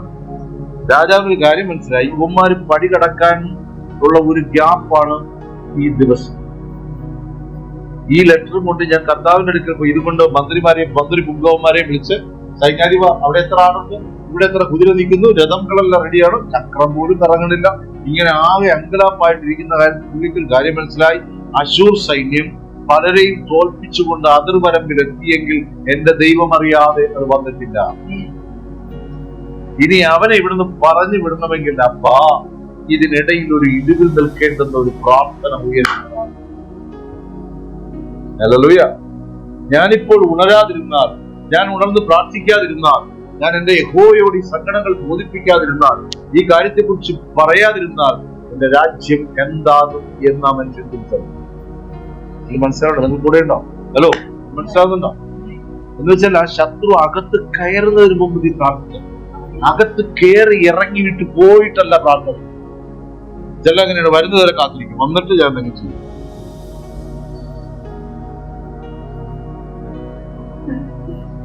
അകത്താണോ പുറത്താണ്? പുറത്താണ്. ഓക്കെ. എന്റെ ഫോണിൽ പുറത്തിരിക്കും. അപ്പോ ഈ ഒരു കാര്യം എല്ലാവരും എന്നെ നോക്കിയാൽ, ഒരു മിനിറ്റ് നോക്കിയാൽ, ദൈവം ചില സൈൻ ബോർഡുകൾ നമ്മളെ കേൾപ്പിക്കുന്ന എന്തിനാണെന്നറിയാം. ദൈവം മുന്നറിയിപ്പ് തരുന്ന എന്തിനാണെന്നറിയാം. ദൈവം നമ്മളോട് മനംതിരിയാൻ പറയുന്നത്, ഇപ്പൊ ഒരു വാക്ക് പറഞ്ഞില്ലേ, നമ്മുടെ വാക്ക് ഇറിറ്റേറ്റ് ചെയ്യുന്നത് ആളുകളുണ്ട്, ശരിയല്ലേ? ഒന്ന് പറഞ്ഞ് രണ്ടിന് ഞാൻ ഇറിറ്റേറ്റ് ചെയ്യുന്നുണ്ടെങ്കിൽ ഞാൻ മാറിയല്ലേ എന്നൊക്കെ. എന്റെ ഇന്റൻഷൻ എന്താണെന്ന് ആരറിയുന്നു? പിശാച്. നമ്മൾ ഈ വളച്ചു കെട്ടി ദൈവത്തോടും ഇതേ രീതിയിലായിരിക്കും നമ്മൾ പിന്നെ പ്രാർത്ഥിക്കുന്നത്. നീ നിന്റെ സഹോദരൻ ഇടർച്ച വരുത്തുന്നുവെങ്കിൽ, ഇടർച്ച വരേണ്ടത് നല്ലത് തന്നെ.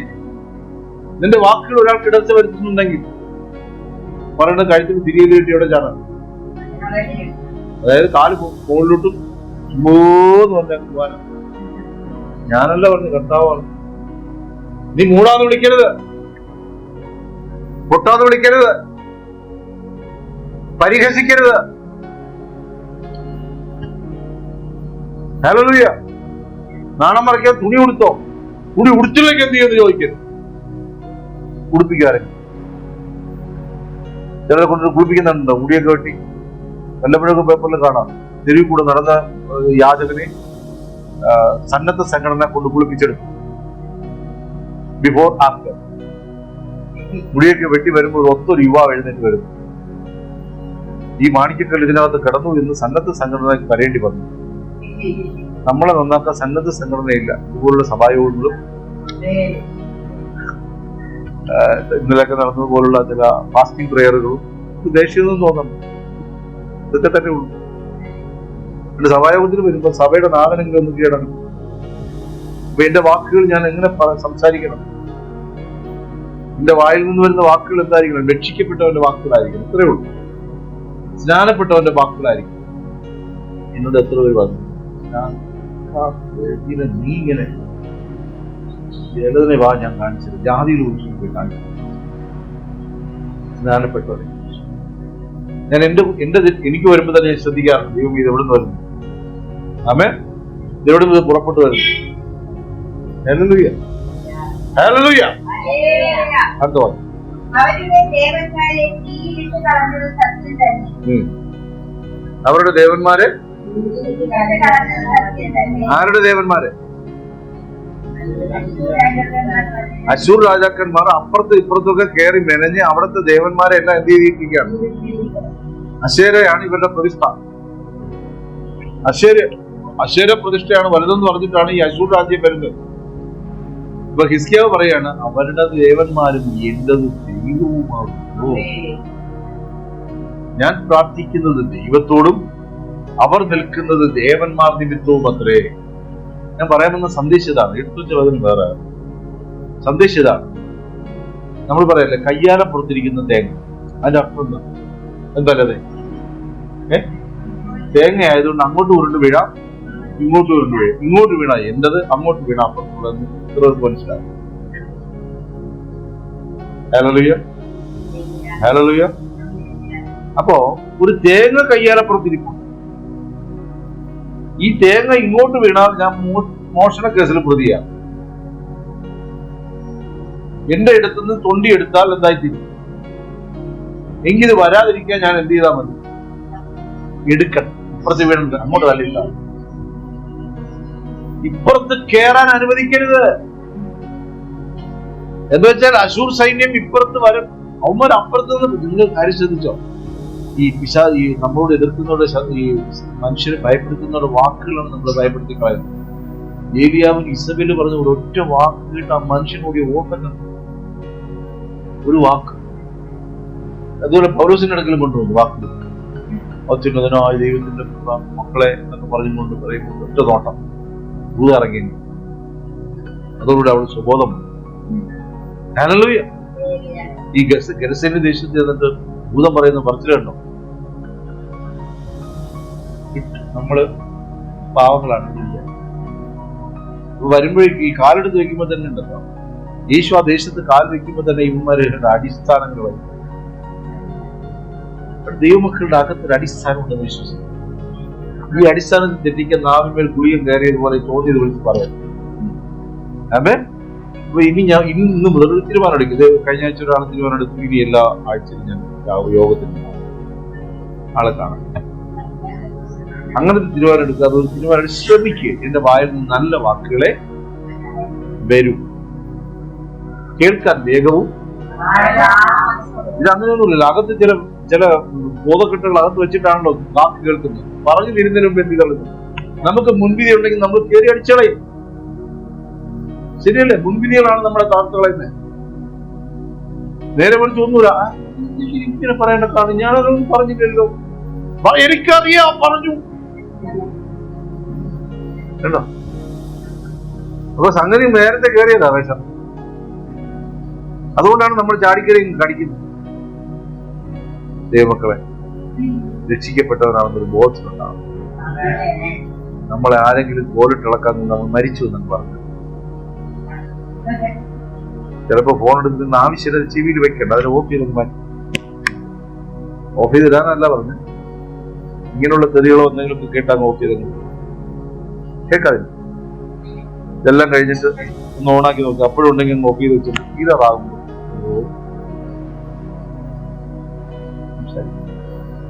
ആമേൻ. ഒന്ന് നല്ലത് പറഞ്ഞ വ്യക്തി ബാക്കി വചനം.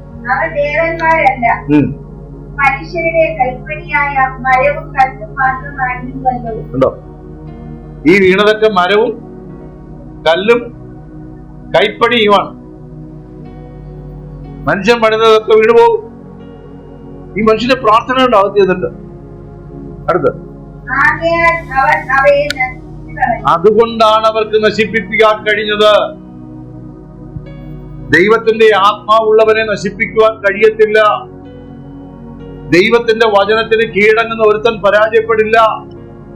ശത്രു നിന്റെ അതിർവരമ്പിൽ എത്തി നിൽക്കുമ്പോ അത് കേറാനാ വന്നിരിക്കുന്നതെന്ന് ബോധ്യമുണ്ടാകണം. ശത്രുവിനെ മാത്രം കാണാൻ പറ്റുന്നു. മിത്രങ്ങളെല്ലാം ശത്രുക്കളാക്കി വയ്ക്കും. നിങ്ങൾക്ക് എന്നോട് ദേഷ്യം തോന്നാറ് കൂടെ കൂടെ ഒരു എരിവ് കയറും.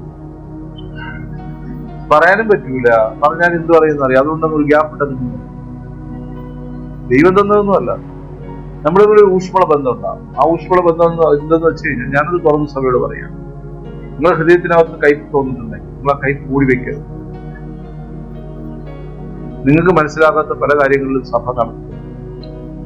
കാരണം നിങ്ങൾ ഇടയ ശുശ്രൂഷയിൽ ഇരുന്നാൽ മാത്രം മനസ്സിലാകുന്ന കാര്യം നിങ്ങളോട് ദൈവം വെളിപ്പെടുത്തും. ഒരു അപ്പോസ്തലിക മിനിസ്ട്രിയിൽ ഇരിക്കുന്നവരോട് പറയുന്ന ഒരു കാര്യം ഉപദേഷ്ടാവിന് മനസ്സിലാവില്ല. ഇടയ ശുശ്രൂഷയിൽ ഇരിക്കുന്നവരോട് ദൈവത്തിന്റെ ആത്മാവ് ഇടപെടുന്ന കാര്യം അണികളെ കേൾപ്പിക്കാനേ പറ്റുന്നു. അത് ഏറ്റെടുത്ത് അതാണ് ഇടയൻ ആടുകളെ മേയ്ക്കുമ്പോൾ മേച്ചിൽ പുറങ്ങൾ ഇടയൻ കാണിച്ചു കൊടുക്കും. പക്ഷെ എനിക്ക് ഇതല്ല, അപ്പുറത്തെ മേച്ചിൽ പുറമാണ്, ഈനാൻ വെച്ചിരിക്കുന്ന മേച്ചിൽ പുറം നല്ലതെന്നാണ് ആടിന് ഇഷ്ടം. പക്ഷെ ഇടയൻ അറിയാം അവിടെ എന്തുണ്ട്, അവിടെ കാട്ടുജന്തുക്കൾ ഉള്ളത് കൊണ്ട് അങ്ങോട്ട് വിടുക, തടിയെടുത്ത് കൊട്ടുക. നല്ല നല്ല പുല്ല് നിൽക്കുന്നുണ്ട്, നമ്മൾ വിട്ടൂടെ. പിന്നെ നമുക്ക് തോന്നും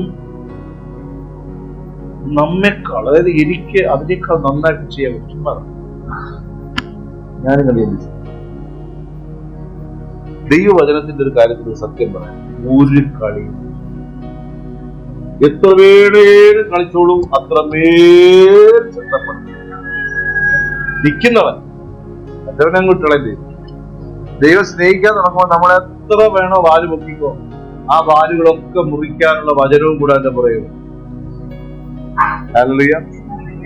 മനസ്സിലാകുന്നുണ്ടോ? മനസ്സിലാകുന്നുണ്ടോ സോദരൻ? ഇത് നിങ്ങൾ പറയണം, എനിക്ക് ചില പാപങ്ങൾ ഉപേക്ഷിക്കാൻ പറ്റുന്നില്ല. ഈ വാതിൽക്കൽ നിൽക്കുന്ന പാപം, ശത്രു, അകത്ത് കയറാതെ നോക്കേണ്ടത് നീ തന്നെയാണ്. അവിടെ ഒരു വാതിൽ കാവൽക്കാരനെ ദൈവം വെച്ചിട്ടില്ല. അതുകൊണ്ടാണ് സങ്കീർത്തനക്കാരൻ പറയുന്നത്, എന്റെ വാക്കുകൾ പൊള്ളയായി വീഴാതിരിക്കേണ്ടതിന് ഒരു അധര കാവൽക്കാരനെ നിർത്തണമേ. അദ്ദേഹം അങ്ങനെ പ്രാർത്ഥിക്കുവോ? എന്റെ വാക്കുകൾ, ഇത്രയും നല്ല സങ്കീർത്തനം എഴുതിയ ദാവീദ് തന്നെയാണെന്ന് തോന്നുന്നു. പറയാണ്, ഒരു അധര കാവൽക്കാരൻ, എന്റെ വാക്കുകൾ പതറിപ്പോകാതെ, തെറ്റിപ്പോകാതെ, എന്റെ വാക്കുകൾ നല്ലത് വരാൻ വേണ്ടി ഒരാളുണ്ടാകണമേ. ഞാൻ ആത്മാവിൽ പറയുവാണ്, അശൂർ സൈന്യം ഇസ്രായേലിലേക്ക് കയറാനായിട്ട് ഇവിടെ നിൽക്കുവാണ്. മറ്റു രാജ്യക്കാരെ തകർത്തതിന്റെ 4/1 ശ്രമം വേണ്ട ഇവർക്ക് കയറാൻ. അത്രമേൽ ശക്തമാണ് ആ സൈന്യം. എത്ര പേരെ മോനെ അവിടെ വന്നു? ആ സൈന്യത്തിനകത്ത് വന്നു 1,85,000. ഇവരെല്ലാം കൂടെ കൂട്ടിയാൽ അത്രയും വരുന്നു. 1,85,000 വേടന്മാരെ പോലെ, എന്ന് വെച്ചാൽ മൃഗതുല്യമായ, മൃഗത്തോട് പെരുമാറുന്നത് പോലെ പെരുമാറുന്ന സൈന്യമാണ്. ഇവിടെ ഒരു ചരിത്രം ഞാൻ പഠിച്ചപ്പോ, ഇവര് ശിക്ഷ നടപ്പാക്കുന്ന രീതിയൊക്കെ അതിഭയാനകമാണ്. ഇരുമ്പ് പശുവിനെയൊക്കെ ഉണ്ടാക്കി വെച്ചിട്ട് അകത്ത് പൊള്ളയാക്കി വെച്ചിട്ട് അകത്ത് അടച്ചിട്ട് അടിയിൽ തീയും ജീവനുണ്ട്. ഇത് പഴുത്ത് ചൂടായി അങ്ങനെ കൊല്ലുന്ന രീതി. ഈ പട്ടിപിടി ഉണ്ടായിരുന്നു, കഴിവേറ്റുക എന്ന് പറയുന്നത് പോലെ ശൂലം പോലെയുള്ള തടിക്കഷ്ണങ്ങൾ കുത്തി നിർത്തിയിട്ട് അതിനകത്ത് കുത്തി ഇറക്കി വയ്ക്കും. ഈ ഭാഗത്തുകൂടി രണ്ടായിട്ട് പിളർന്നു പോകുന്ന പോലെ കുത്തി ഇറക്കി വയ്ക്കും. അപ്പൊ അതിനൊരു രീതിയുണ്ട്, അത് ടപ്പെന്ന് മരിച്ചു പോകും. യൂറോപ്പിലൊക്കെ ആദ്യകാലങ്ങളിൽ ഇങ്ങനെ വെച്ചിട്ട് അതിന്റെ മുകളിൽ മൃഗത്തിന്റെ ഇതൊഴിച്ചിട്ട് കത്തിച്ചു പന്തങ്ങളായിട്ട് മനുഷ്യർ ഉപയോഗിച്ചു. ഇന്ന് വരെ നിലവിൽ വെളിപ്പെട്ടിട്ടുള്ളതിൽ ഏറ്റവും ക്രൂരമായ ശിക്ഷാരീതികളുള്ള ഒരു കാടന്മാരായിരുന്നു ഈ സൈന്യം. അതുകൊണ്ട് ഇവരെല്ലാവർക്കും ഭയമാണ്. ഹലോ, കരമത്തിൽ മാത്തു കൊടുത്താണ് താത്ത നമ്മോട് കരുണ തോന്നുന്നു ആരെങ്കിലും പറയൂ?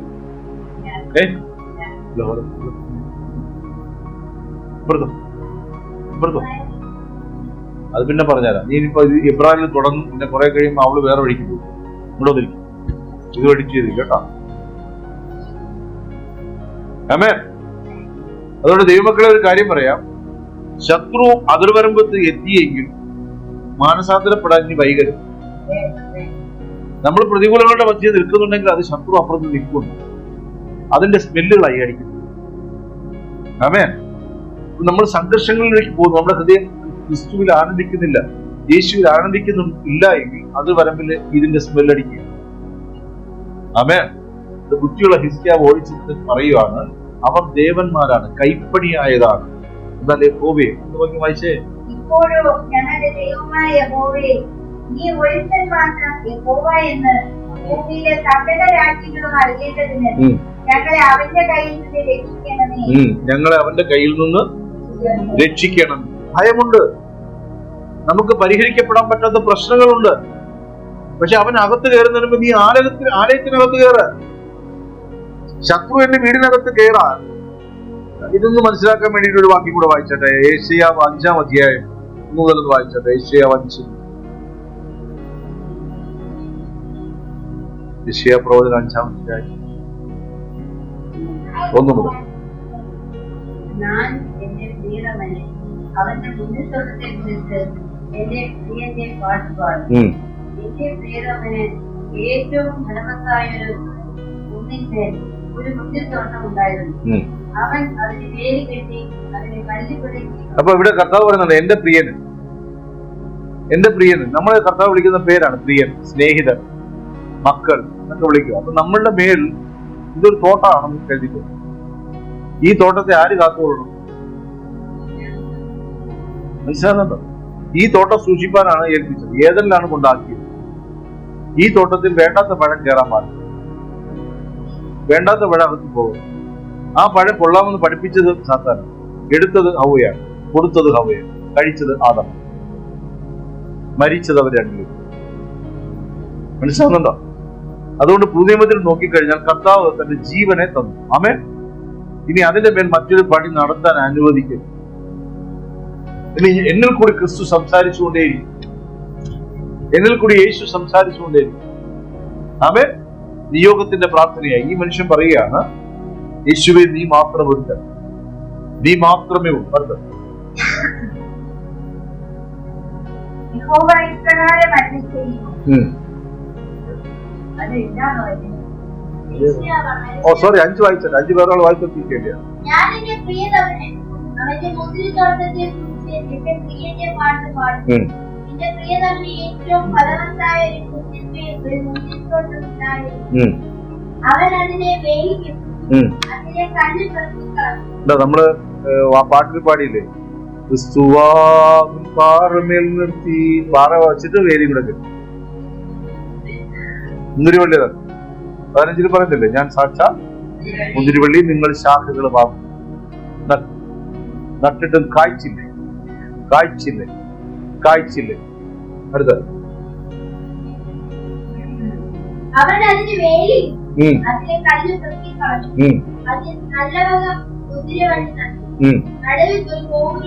അപ്പൊ നട്ടത് നല്ല വകയാണ്, നല്ല വകയാണ്. പിന്നെ ഈ കൊല്ലാത്ത വക എവിടെ നിന്നാ കയറി വരുന്നത് പരിശോധിച്ചോളാം. എല്ലാരും പറഞ്ഞാണ് നല്ലതാണല്ലോ നട്ടത്, ഞാൻ കഴിച്ചത് നല്ലതായിരുന്നു, പിന്നെ എങ്ങനെ എനിക്ക് വയറ്റിളക്കം? ഞാൻ കഴിച്ചത് നല്ല പുളിക്കാത്ത ആയിരുന്നല്ലോ, പക്ഷെ എന്തുകൊണ്ട് ആ ഒരു ഏമ്പക്കം? അതിന്റെ അർത്ഥം തലേന്ന് കഴിച്ചത് എല്ലാം പോയിട്ടില്ല, കടൽ കിടന്നു. കർത്താവ് നട്ടത് എന്താണ്? നല്ലതാണ്. അടുത്ത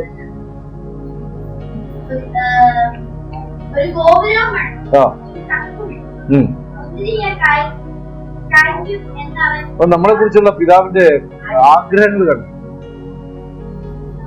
കാഴ്ചയൊന്ന് നോക്കിയിട്ടാണോ ചക്കിട്ടത്? ഒരു മിനിറ്റ്, എല്ലാരും ജഷേ നോക്കടാ, എന്നെ പറ്റിക്കാതെ ദൈവത്തെ പറ്റിക്കാതെ നോക്കും. ഇവിടെ നിങ്ങൾ കണ്ടോ,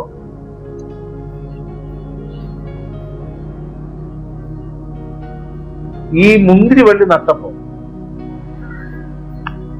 വള്ളി എത്രയേ ഉള്ളൂ, ചെറുതാണെന്ന് വെച്ചു, കൂറ്റൻ ചക്കും ആട്ടേണ്ടുന്ന കല്ല്, ഗോപുരമിട്ട് കൊണ്ടുപോയേണ്ടുന്ന സ്ഥലം, ഇതെല്ലാം പണ്ടില്ല. ഇതിന്റെ ഒരു ആത്മീക മർമ്മം തന്നെ. ആത്മാവൊരുത്തന്റെ മേൽ ഇറങ്ങി വന്നു. രക്ഷിക്കപ്പെട്ടവനെ കുറിച്ച് സ്വർഗത്തിന്റെ നിശ്ചയമാണ്. നട്ട മാത്രയിൽ തന്നെ നീ ഫലം കായ്ക്കും എന്നല്ലാതെ മറ്റൊന്നും ദൈവം നമ്മളെ കുറിച്ച് ആഗ്രഹിക്കുന്നു. നല്ല ഫലം ഞാൻ കായ്ക്കുമെന്ന് അറിഞ്ഞിട്ടാണ് ഈ ചക്കോടെ കൊണ്ടത്. അയ്യോ കർത്താവിന് ജ്ഞാനമില്ലായിരുന്നു കേട്ടോ. കർത്താവിന് അറിയാമായിരുന്നെങ്കിൽ ഈ ചക്കോട് ഇടുവോ? നമ്മളങ്ങനെ പറയത്തില്ല. പക്ഷെ ദൈവമക്കളെ, നമ്മളെ കുറിച്ച് ദൈവത്തിന് നല്ലതല്ലാതെ മറ്റൊന്നും പറയാനില്ല. നല്ല ഫലം ഞാൻ കായ്ക്കുമെന്നാണ് അവൻ ആഗ്രഹിക്കുന്നത്.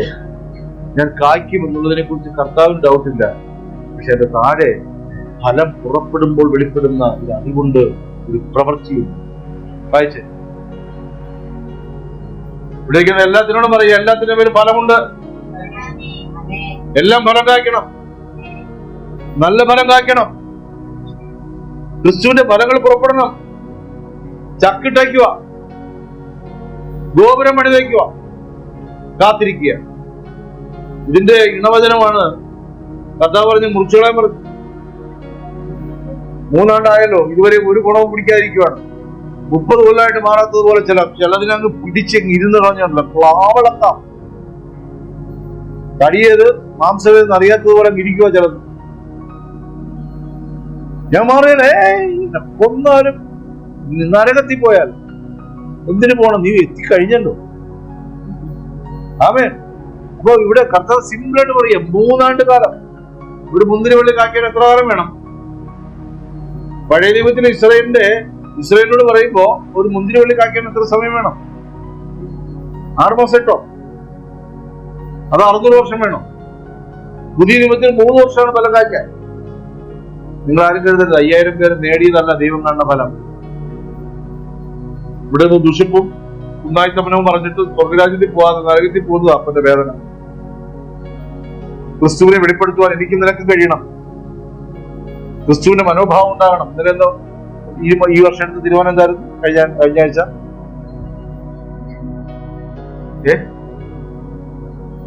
ഒറ്റ അടിയൊന്നുണ്ടത് എനിക്കല്ലോ ഓർമ്മയുണ്ട്. പറഞ്ഞെന്താ, ഇന്നലെയാണോ കഴിഞ്ഞ ആഴ്ച? കഴിഞ്ഞ ആഴ്ച. എന്റെ പിതാവ് സൽഗുണപൂർണനായിരിക്കും. ഓർക്കുന്നു, പരിശുദ്ധാത്മാവാണേ ഓർമ്മതാണ്. അപ്പൊ എന്റെ പിതാവിന്റെ ഫലങ്ങൾ, എന്റെ പുത്രന്റെ ഫലങ്ങൾ ഈ പറഞ്ഞതാ. എനിക്ക് ആത്മാവ് തന്നത് ഞാനീ പറയണം, അല്ലാതെ എനിക്ക് എഴുതിയൊന്നും വെച്ചിട്ടില്ല. ഉള്ളത് ഓർമ്മയില്ല, വേണമെങ്കിൽ എനിക്ക് ഓർമ്മ തന്നു. അപ്പൊ സൽഗുണപൂർണനായിരിക്കുന്നത് പോലെ ഞാൻ ആഗ്രഹിക്കുന്ന നല്ലൊരു ആഗ്രഹം. അപ്പൊ ആ സൽഗുണപൂർണതയുടെ ഫലങ്ങൾ എന്ത് ചെയ്യണം? പുറപ്പെടാൻ തുടങ്ങും. അത് ഓരോരുത്തരും ഇവിടെ ഇരിക്കുന്ന ഈ കുഞ്ഞു പോലും ഇവന്റെ മേലും ദൈവം എന്നിട്ടുണ്ട്. അപ്പൊ രക്ഷിക്കപ്പെട്ടവരോടോ ഹല്ലേലൂയ, കരമത്തിൽ മഹത്വം കൊടുത്താണ്, ഒരു മഹത്വം കൊടുത്താണ് കരമ. ആമേൻ, ആമേൻ, ഹല്ലേലൂയ, ഹല്ലേലൂയ. എന്നെ വിളിച്ചത് ഞാൻ വരിക, നിന്നാണ് വരിക. വിളിക്കുക. അവിടെ ഇരുന്ന് ഒരാൾ ഒരു സീസോ വെച്ചിട്ട് രണ്ട് സൈഡിൽ ഒന്ന് ശ്രമിച്ചൂടെ ഫലം കായ്ക്കാൻ?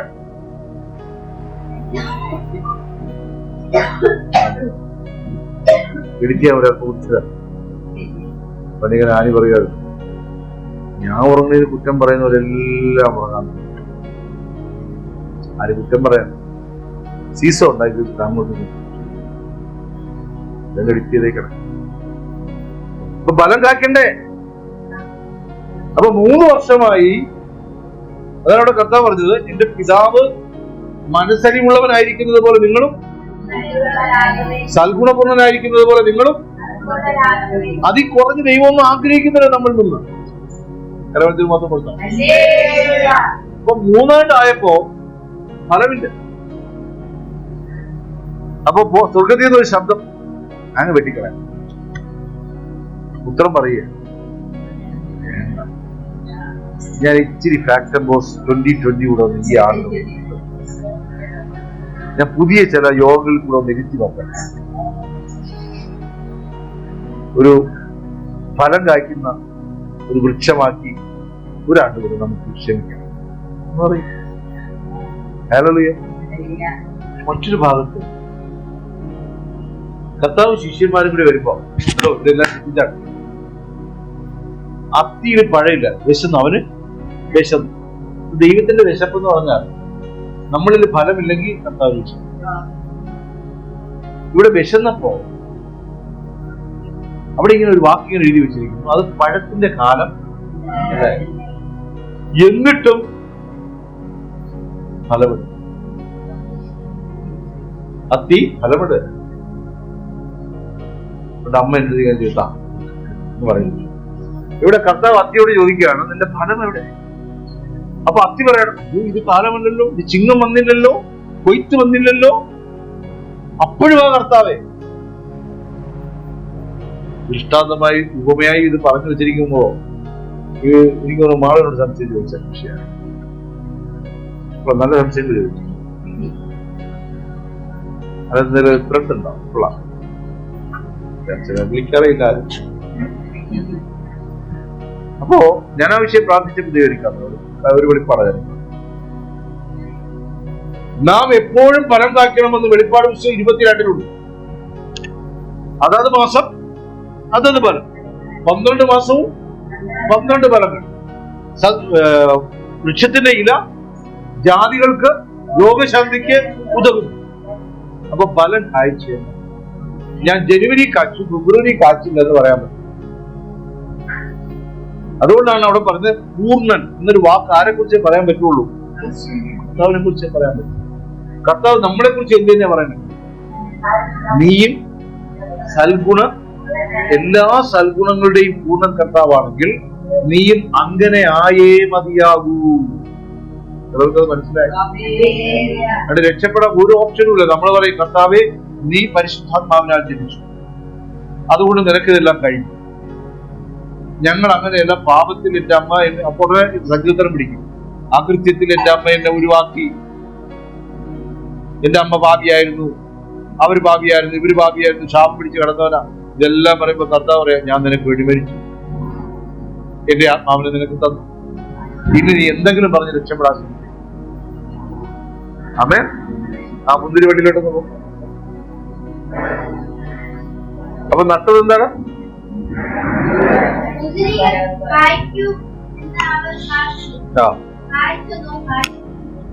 കണ്ടോ? കാത്തിരുന്നത് നാട്ടുകാരാണോ? അപ്പൊ ഞാൻ ക്രിസ്തുവിൽ ഫലം കായ്ക്കണമെന്ന് നമ്മൾ അളക്കുന്ന സ്കീലൊക്കെ ഉണ്ടാവും. ഇപ്പൊ നിങ്ങൾക്ക് എന്നെ അളക്കാം, എനിക്ക് നിങ്ങൾ അളക്കാം, അത് വളരെ ഈസിയാണ്. പക്ഷേ ആ ലൈൻ അത് ശരിയായില്ല. ഇന്നലത്തെ ഒരു കാര്യം പറയാം, 120 വർഷമല്ല നോഹ പ്രസംഗിച്ചത്, 100 വർഷമായിരുന്നു. ഞാനതൊരു സംസാരിച്ചു. 100 വർഷമാണ് തെറ്റല്ല. ഉടനെ എന്നെ ജിനോ നോക്കി, 100 വർഷം എന്ത് പറഞ്ഞൊന്ന് സ്ലിപ്പ് അടിച്ചു പോയി. പൗലോസ് ആണ് എഴുന്നേറ്റ് പോയത്. പത്രോസ് ഒന്നും വന്നു, ആവേശത്തിൽ പത്രോസ് കയറിയതായിരിക്കാം. പൗലോസ് ആണ് വീണ്ടും എഴുന്നേറ്റ് പോയത്. ഇത് വായിച്ചു.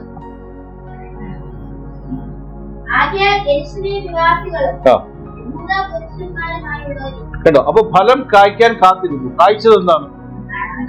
കാട്ടുമുന്തിരിങ്ങ. നമ്മളിൽ കാട്ടുമുന്തിരിങ്ങ ഫലം ഉണ്ടോ ഇല്ലയോ? പറഞ്ഞ് സംഭവിച്ചല്ല. എല്ലാവരും സന്തോഷം. ഈ സന്തോഷത്തോടെ തന്നെ ഇത് കളയണോ അത് സങ്കടത്തോടെ കളയണം?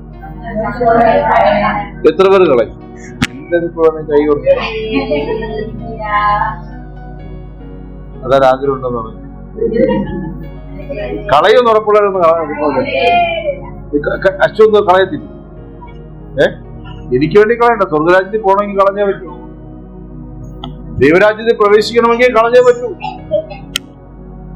അല്ലെങ്കിൽ കാട്ടുമുന്തിരിക്ക വേണ്ട. അതിന്റെ ഫലം തിന്നാൻ ഇരിക്കുന്നവർ വേറെയാണ്. Hallelujah, hallelujah. നമ്മൾ കടയിൽ നിന്ന് നല്ല പഴം വാങ്ങിച്ചുകൊണ്ട് വന്നിട്ട് തൊലി എടുക്കുമ്പോ അതിനകത്ത് പുഴുവിടുന്ന എങ്ങനെ ഇരിക്കും? പുഴുവിനെ കളയോ പഴം കഴിക്കോ? മൊത്തം കളയില്ലേ? നേരെ മറിച്ച് ഈ പഴത്തിന് ഒരു 2.5 കോടി വില ഉണ്ടെങ്കിൽ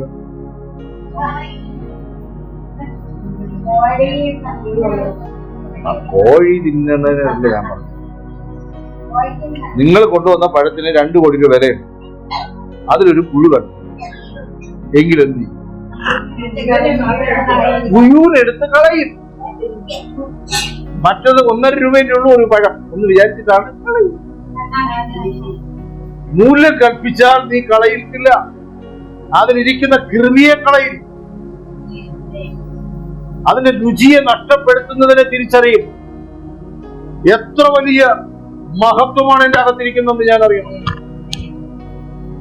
അതുകൊണ്ടാണ് പറയുന്നത്, ഇത്ര വലിയ രക്ഷയെ ഗണ്യമാക്കാതെ പോയാൽ,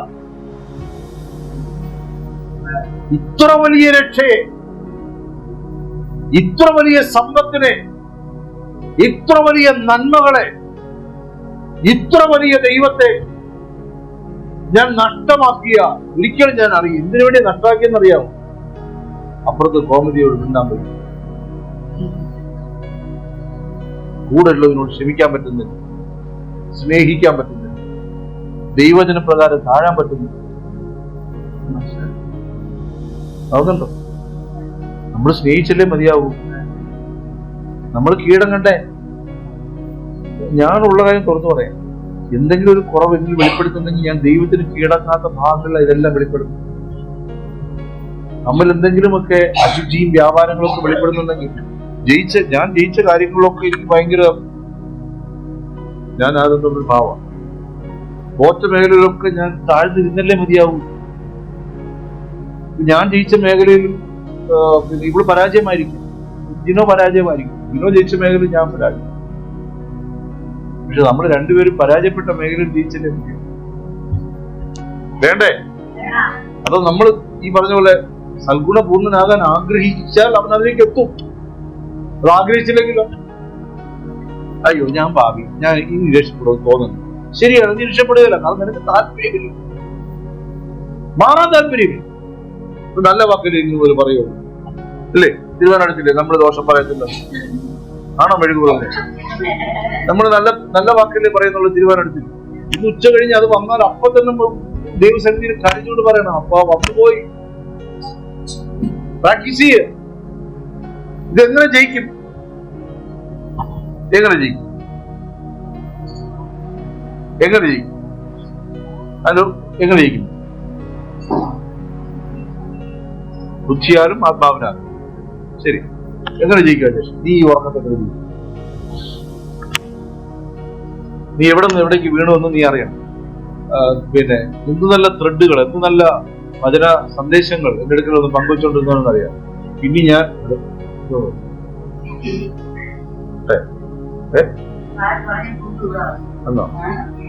പക്ഷെ ആ പുഴുവിനെ കുറിച്ചുള്ള നിങ്ങളുടെ എല്ലാവരുടെ ഇവിടെ നിന്ന് ഒരുത്തനുള്ള കളങ്ങി ചുളുങ്ങി വർത്താനം പറയുന്നത് എല്ലാവരുടെ കണ്ണുകളും ആ പുഴുവിലേക്ക് പോയത്.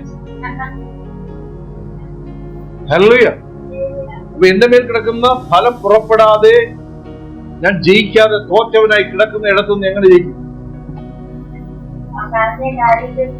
അജേഷ്, എങ്ങനെ ജയിക്കും? നീ എങ്ങനെ ഇതിനെ ജയിക്കും? നേരത്തെ പറഞ്ഞത് ബുദ്ധിയുടെ പ്രമാണത്തിൽ പറഞ്ഞു, എന്നിട്ട് ആത്മാവിന്റെ പ്രമാണത്തിൽ എങ്ങനെ ജയിക്കും? നിങ്ങൾ പറഞ്ഞെന്താ? എങ്ങനെ ജയിക്കുന്നത്? തോറ്റെടുക്കുന്നതിന് ആദ്യം സംഭവിക്കും. അതിലെങ്ങനെ ജയിക്കുമെന്നാ ചോദിച്ചു.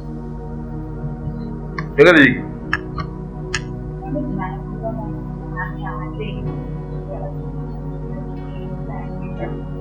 ആദ്യത്തെ ജനുവരിയിൽ ആഗ്രഹിച്ച് ഡിസംബർ ആകുമ്പോൾ പൂർത്തീകരിക്കും. എങ്ങനെ ജയിക്കും?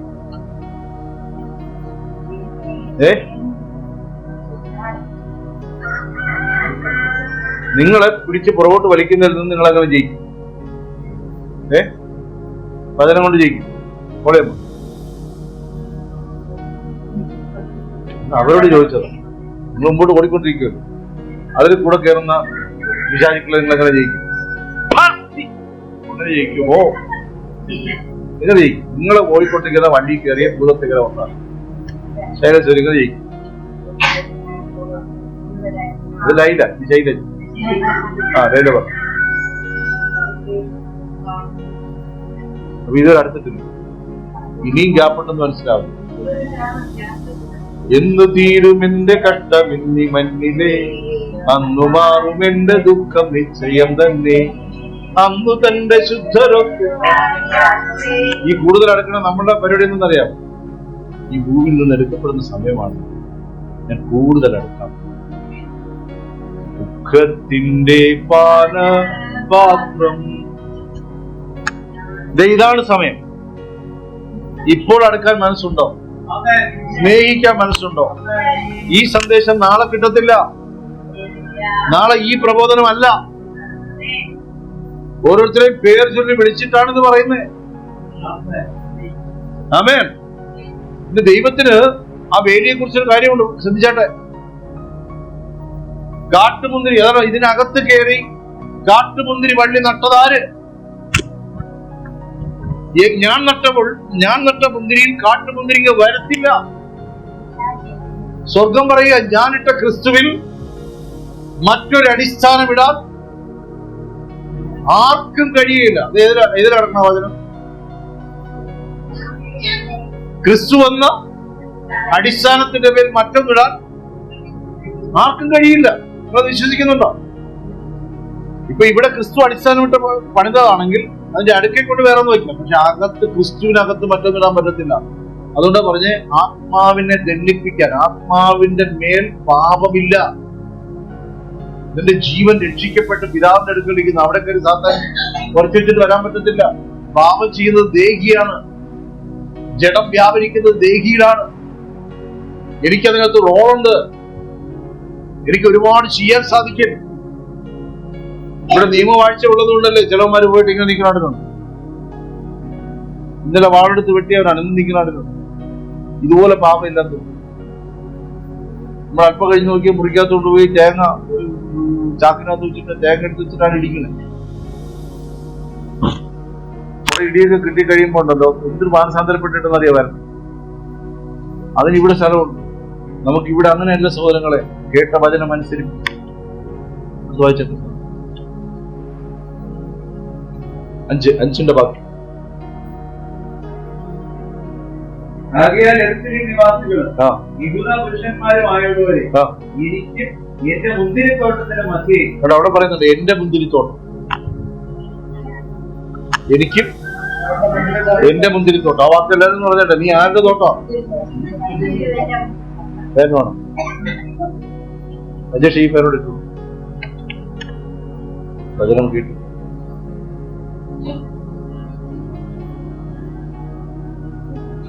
എനിക്കും ഇവിടെ ദൈവം പറയാണ് നീ എന്റെ മുന്തിരിത്തോട്ടമാണ്.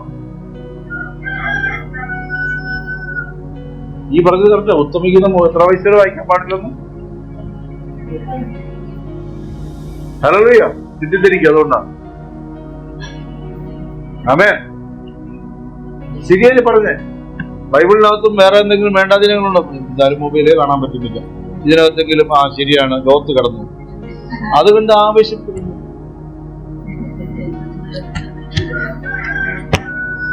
അതിതാരെ ചൂണ്ടിയതാണ്.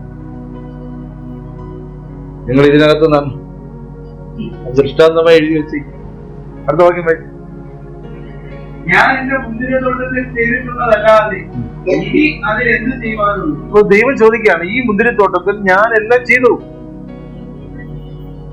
എല്ലാം ചെയ്തിട്ടും ഇതിനകത്ത് ഇനി വേറെ എന്താണ് ചെയ്യാനുള്ളത്? മുന്തിരിത്തോട്ടം അന്വേഷിച്ചു വന്നാണ്ട് അവാ ഇതിനുവാ വചനം പറയുന്ന അനുസരിച്ചിട്ടാണെങ്കിൽ ദൈവം ഇവരെ കണക്കിടുന്നത് എങ്ങനെയാ? ഇവൻ സൽഗുണ പൂർണ്ണൻ, ഇവൻ തികഞ്ഞവൻ. കാരണം ഇവന്റെ അകത്തിരിക്കുന്ന ക്രിസ്തു ദൈവം തന്നെ. അപ്പൊ ദൈവം ഇവരിൽ നിന്ന് ആഗ്രഹിക്കുന്ന ഫലങ്ങൾ ഒരിക്കലും ഇന്നല്ല, കാട്ടുഫലം പ്രതീക്ഷിക്കുന്നില്ല. എന്റെ കർത്താവ് പറയാണ്, ഇടാ ഞാൻ നിങ്ങൾ ചെയ്തതല്ലാതെ വേറെ ആരെങ്കിലും എന്തെങ്കിലും നിങ്ങൾ ചെയ്തു.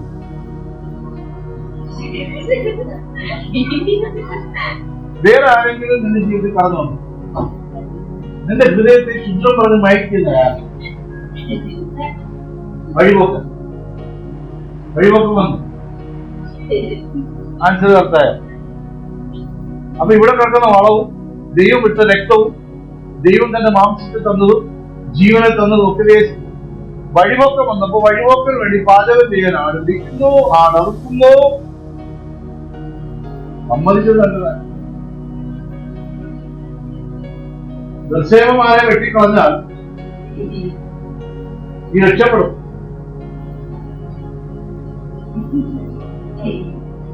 ദർശനമാരെ അമ്മ വാഴുക.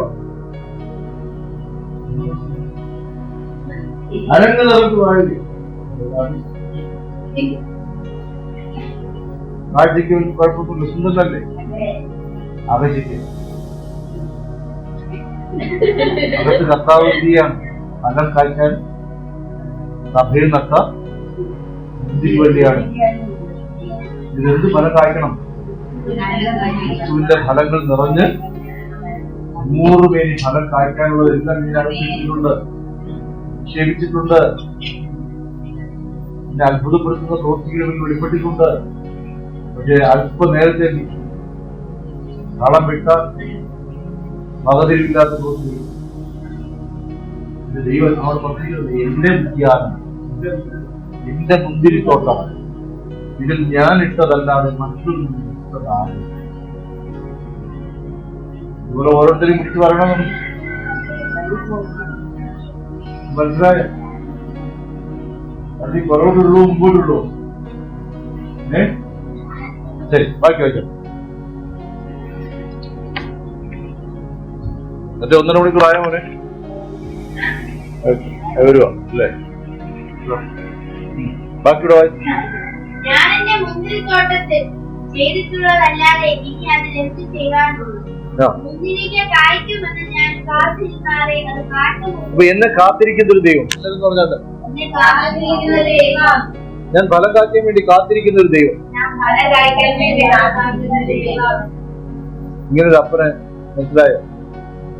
എന്റെ അപ്പൻ എന്നെ കുറിച്ചുള്ള പ്രതീക്ഷ വലുതാണ്, വാനോളമാണ്, സ്വർഗത്തോളമാണ്. നിനക്ക് കയറി വരാൻ ഗോപുരം കൂടെ ഇട്ടു, നിങ്ങൾക്ക് കയറിപ്പോയാൽ പോലെ. ഫലം കായ്ച്ചാൽ സ്റ്റെപ്പ് കയറും, ഫലം കായ്ച്ചില്ലെങ്കിൽ ഇത് അടുത്ത പരിപാടി നടക്കും. ബാക്കി വായിച്ചാൽ ഞാൻ എന്റെ മുന്തിരിത്തോട്ടത്തോട് എന്ത് ചെയ്യുമെന്ന് നിങ്ങളോട് അറിയിക്കും. ഞാൻ വേലി പൊളിക്കും, അത് തിന്നുപോകും. കേട്ടോ? ഇപ്പൊ നോക്കണേ, അശൂർ രാജ്യം വേലിക്കരികെ ഉണ്ട്. ഇത് മനസ്സിലാക്കിയ ഹിസ്കിയാവോടെ ആലോചിക്കുന്നു, എന്തോ കുഴപ്പമുണ്ട്, എനിക്കെന്തോ പ്രശ്നമുണ്ട്, എനിക്കെന്തോ കുറവുണ്ട്, എനിക്ക് ദൈവവുമായുള്ള ബന്ധത്തിൽ എനിക്ക് സംസാരിക്കേണ്ടതുണ്ട്. നമുക്ക് തമ്മിലുള്ള നമുക്ക് പറഞ്ഞു തീർക്കാം, അതുപോലും ചെയ്യുന്നില്ലെന്ന്. ഈ മനുഷ്യൻ പറയുകയാണ്, ഇസ്രായേൽ യെരൂശലേം യഹൂദ രാജ്യത്തിന് യുദ്ധം നേരിടുന്നുണ്ടെങ്കിൽ യഹൂദ രാജ്യത്തിന്റെ രാജാവായിരിക്കുന്ന ഞാൻ നിരപ്പിക്കപ്പെടേണ്ടതിന് ഞാൻ ചെല്ലണം. അവൻ ദൈവത്തിന്റെ സന്നിധിയിൽ ചെന്ന് തന്നെത്താൻ വിനയപ്പെടുത്തി ദൈവത്തിന് മഹത്വം കൊടുത്തിട്ട് പറഞ്ഞു, ഈ സൈന്യം അതിൽ നിൽക്കുന്നത് എന്തിനെന്നറിയാലോ? എന്തിനാ നിൽക്കണേ?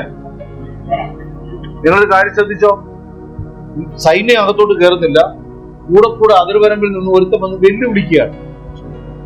ഫെലിസ്ത്യ സൈന്യം അവരുടെ ആ താഴ്വരയുടെ താഴ്വരയിൽ അവിടെ നിന്നിട്ട് എന്ത് ചെയ്യാണ്? കൂടെ ഗോലിയത്താണ് ഇറങ്ങി വരുന്നത്. മറ്റൊന്നും പേടിയാണ്. എനിക്ക് തോന്നുന്നു ഗോലിയത്തിന് ആരോ തള്ളിവിടുന്നത്. ഗോലിയത്ത് ഇറങ്ങി വന്ന് വെല്ലുവിളിച്ചിട്ട് കയറി പോകും. എന്തുകൊണ്ടാ ഇപ്പറ കിടക്കാത്തെ? ദാവീദ് വരാനുണ്ട്, ഒരു ദൈവപ്രവൃത്തി വെളിപ്പെടാനുണ്ട്. നീ മനം തിരിഞ്ഞാൽ ഒരു പ്രവൃത്തി വെളിപ്പെടും, നീ ആ വേണ്ടി തിരിച്ചറിഞ്ഞാൽ ഒരു പ്രവൃത്തി വെളിപ്പെടും. ഹിസ്കിയാവേ, നീ ആലയത്തിൽ ചെന്ന് പ്രാർത്ഥിച്ചു. ഇന്ന് വേറെ അതിന് സമയമില്ല. ഹിസ്കിയാ രാജാവിന്റെ അവിടേക്ക് ഒന്ന് പോകാം. ആമോസിന്റെ മകനായ ഹിസ്കിയാവിന്റെ അടുക്കൽ പറഞ്ഞിരിക്കുന്നത് എന്തെന്നാൽ, ഇസ്രായേലിന്റെ ദൈവമായ യഹോവ ഇപ്രകാരം അരുളിച്ചെയ്യുന്നു. കണ്ടോ? ഇതേ പ്രവാചകൻ മുൻപില്ലേ അവിടെ? ഇതേ ഏത് പ്രവാചകൻ അയച്ചേ? യെശയ്യാ പ്രവാചകൻ അവിടെ ഇല്ലേ? ഉണ്ട്. പക്ഷെ പ്രാർത്ഥിക്കാൻ നീ ആലയത്തിൽ ചെല്ലുന്ന യെശയ്യാ പ്രവാചകൻ വഴി പറഞ്ഞോ? എത്ര പേർക്ക് മനസ്സിലായി? പ്രാർത്ഥനയ്ക്ക് മറുപടി പ്രവചന ശബ്ദത്തിൽ വന്നു. ഹല്ലേലൂയ. ദൈവം പ്രസാദിക്കുമ്പോ അവിടുന്ന് ഒരു സൈൻ വരും സഹോദര. നമ്മുടെയൊക്കെ മനംതിരിവും മാനസാന്തരവും വലിയ ഇമ്പോർട്ടന്റ് ആണ്. ചില ഭവനങ്ങളിൽ പ്രാർത്ഥിക്കാൻ ചെല്ലുമ്പോ, അയച്ചൊരു ഭവനത്തെ കുറിച്ച് ഞാൻ പറയാണ്, ചെല്ലുമ്പോ ദൈവം പറഞ്ഞൊരു കാര്യത്തിന് വേണ്ടി ഞാൻ വെയിറ്റ് ചെയ്യാണ്. ആ കാര്യം ദൈവത്തിൽ നിന്ന് എനിക്ക് സൈൻ കിട്ടാതെ എന്ത് ചെയ്യാൻ പറ്റുന്നില്ല, പറയാൻ പറ്റുന്നില്ല, വരാൻ പറ്റുന്നില്ല, പറയാൻ പറ്റുന്നില്ല. ഇന്ന് അയച്ചതെന്തിനാന്ന് എനിക്കറിയാം. പക്ഷേ അവരുടെ ഉള്ളിൽ നിന്ന് ദൈവത്തോടൊരു അപേക്ഷ ചെന്നാലേ യെശയ്യാ പ്രവാചകന്റെ അടുത്ത് ഇടപെട്ടതുപോലെ എന്നോട് ഇടപെടുമായിരുന്നു. ആമേൻ. നമ്മുടെ ദൈവാത്മാവിൽ പറയുന്നു, ദൈവത്തിന്റെ സന്നിധിയിൽ ശത്രു സൈന്യം കയറുന്നതിന് മുമ്പ് നീ ചെല്ല്, പ്രാർത്ഥിക്ക്, ദൈവത്തിന് തക്ക മഹത്വം കൊടുക്ക, ദൈവത്തിന്റെ സന്നിധിയിൽ കീഴടങ്ങ്. ലോകത്തെ കണ്ട് ഭ്രമിക്കേണ്ട, സങ്കടപ്പെടേണ്ട, ദൈവത്തിന് വലിയ കാര്യം നിനക്ക് വേണ്ടി ചെയ്യുവാനുണ്ട്. ആമേൻ. നീ ഭയക്കേണ്ടത് ശത്രുവിനെ അല്ല, എന്തുകൊണ്ട് ഈ സൈന്യം എന്റെ വാതിൽക്കൽ എത്തി എന്ന് തിരിച്ചറിയാം. ഒരു മറുപടിയേ ഉള്ളൂ, പട കൂട്ടുകയല്ല വേണ്ടത്. ദൈവമുള്ള ദൈവമക്കൾ ദൈവസന്നിധിയിൽ ചെന്ന് പരിശോധിക്കണം. ആമേൻ. വേറൊന്നും പറഞ്ഞില്ല, പ്രാർത്ഥിക്കുന്നവനാ നെറ്റു പറഞ്ഞു. ദൈവസന്നിധിയിൽ അങ്ങ് പറയും, കാര്യം പറയും. അടുത്ത വാക്ക്,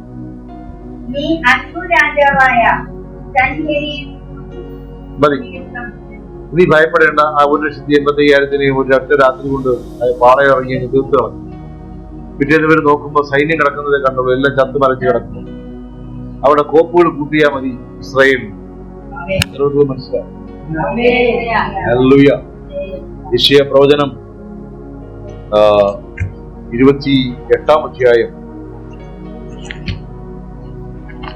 യെശയ്യാവ് 28-ന്റെ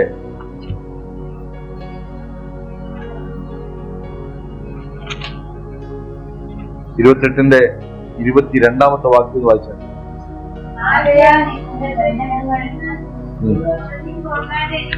ആകയാൽ നിങ്ങളുടെ ബന്ധനങ്ങൾ നിങ്ങൾ പരിഹാസികളാകരുത്.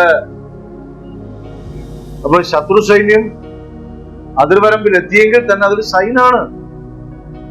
നമുക്ക് മനം തിരിയാനുള്ള സമയമുണ്ട്, രക്ഷപ്പെടാനുള്ള സമയമുണ്ട്. ദൈവത്തിന്റെ പ്രവൃത്തിക്കായി ഓടി എന്ത് ചെയ്യണം? അപ്പം കാട്ടുമുന്തിരിക്ക ഫലം കായ്ച്ചതിന് ശേഷമാണ് എന്ത് ചെയ്തത്? വേലി പൊളിച്ചത്. വേലി പൊളിക്കുന്നതിനും ഈ ഫലം പുറപ്പെട്ടപ്പോൾ തന്നെ നമുക്ക് മാനസാന്തരപ്പെടാം.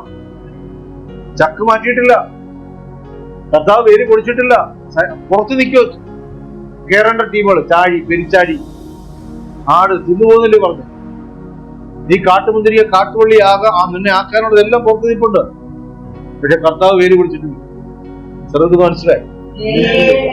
സഭയെ വീണ്ടും പ്രബോധിപ്പിച്ച് പറയുന്നു, ആകയാൽ ആ വാക്യം വായിച്ചിട്ട് രാജേഷ്.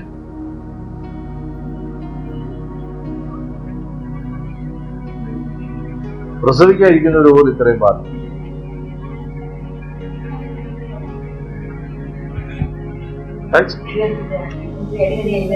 എടാ എന്തൊരു മാതൃകയാണ്.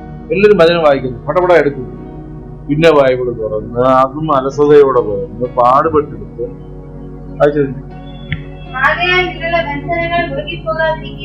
നീ എന്നോട് കാണിക്കുന്നതിന് ഇതിന്റെ 50 ഇരട്ടി നിനക്ക്. പ്രവചനമല്ല, എന്നെ പഠിപ്പിക്കില്ലേ? കുറെ മുഷിഞ്ഞ ആടുകളെ കൊണ്ടിരുത്തി കുറെ ശിഷ്യന്മാരെ തന്നു. നീ ഇങ്ങോട്ട് വന്നു വിളിച്ച് അങ്ങോട്ട് പോയത് അവരെ നീ നന്നാക്കി വഴുക്കും. രജീഷ പറഞ്ഞ എല്ലാവർക്കും ഒരു സന്തോഷം. ഇത് ഞാൻ പറഞ്ഞാൽ നന്നാവാൻ വേണ്ടിയിട്ടാണ്, സ്വർഗരാജ്യത്തെത്താണ്, അല്ലാതെ അവരെ ശവിക്കുന്നതല്ല. ആമേൻ. ഇവരൊന്നും ഫലം കാഴ്ച കാണണമെന്ന് എനിക്ക് ആഗ്രഹിച്ചു. നന്നാവണമെന്ന് എനിക്ക് ആഗ്രഹിച്ചൂടെ? ആരെത്തി ഉറങ്ങാതിരിക്കണമെന്ന് എനിക്ക് ആഗ്രഹിച്ചൂടെ? ആഗ്രഹമുണ്ട്. അടുത്ത വായിച്ച ഇപ്പൊ ബന്ധനമുണ്ട്. ബന്ധനം മുറുക്കണോ വേണ്ടയോ തീരുമാനം നമ്മളാണ്. കർത്താവ് ബന്ധനം മുറുക്കില്ല. ഞാൻ പോട്ടെ, ഞാൻ തയ്യാറാണെന്ന് ദൂതന്മാരവിടെ നിൽക്കുന്നു. ഏത് ദൂതന്മാർ? വീണുപോയ ദൂതന്മാർ റെഡിയാണ്. കർത്താവെ നീ ഒന്ന് അനുവദിച്ച ഞങ്ങൾ 2 തലങ്ങും വിലങ്ങും പോയി മുറുക്കിക്കളയാന്ന പറഞ്ഞു. എത്ര ഇതിന്റെ ആഴം മനസ്സിലാവുന്നു? ആയോ? ചക്ക് വലിച്ചെടുക്കുന്നത് പോലെ 2 പേര് റെഡിയാണ് നിൽക്കാൻ. ഒരിക്കൽ ചോദിച്ചു, എനിക്ക് തോന്നുന്നത് അവരാണ്, ആര് പോകും? ഞങ്ങൾ റെഡി. കർത്താവരാണ്, നിനക്കതിന് സാധിക്കും. നീ മുഷിഞ്ഞ ആത്മാവ്, നീ പോകാൻ.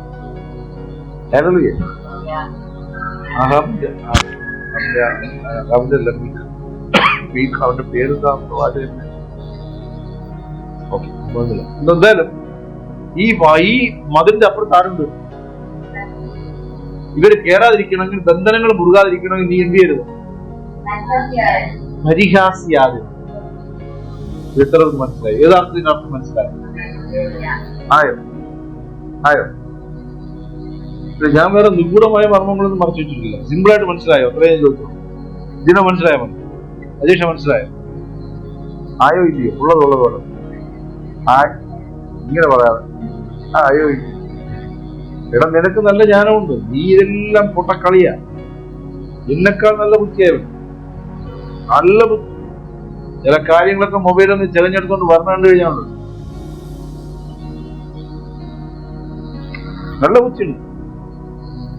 അടുത്ത വായിച്ചോട്ടെ, ഇതൊന്നും കൂടെ വായിച്ചോട്ടെ ഈ വാക്ക്.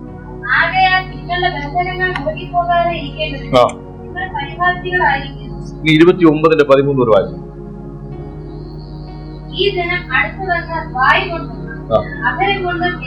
സന്തോഷമുള്ളതല്ല ദൂതരവൻ. ഈ ജനം,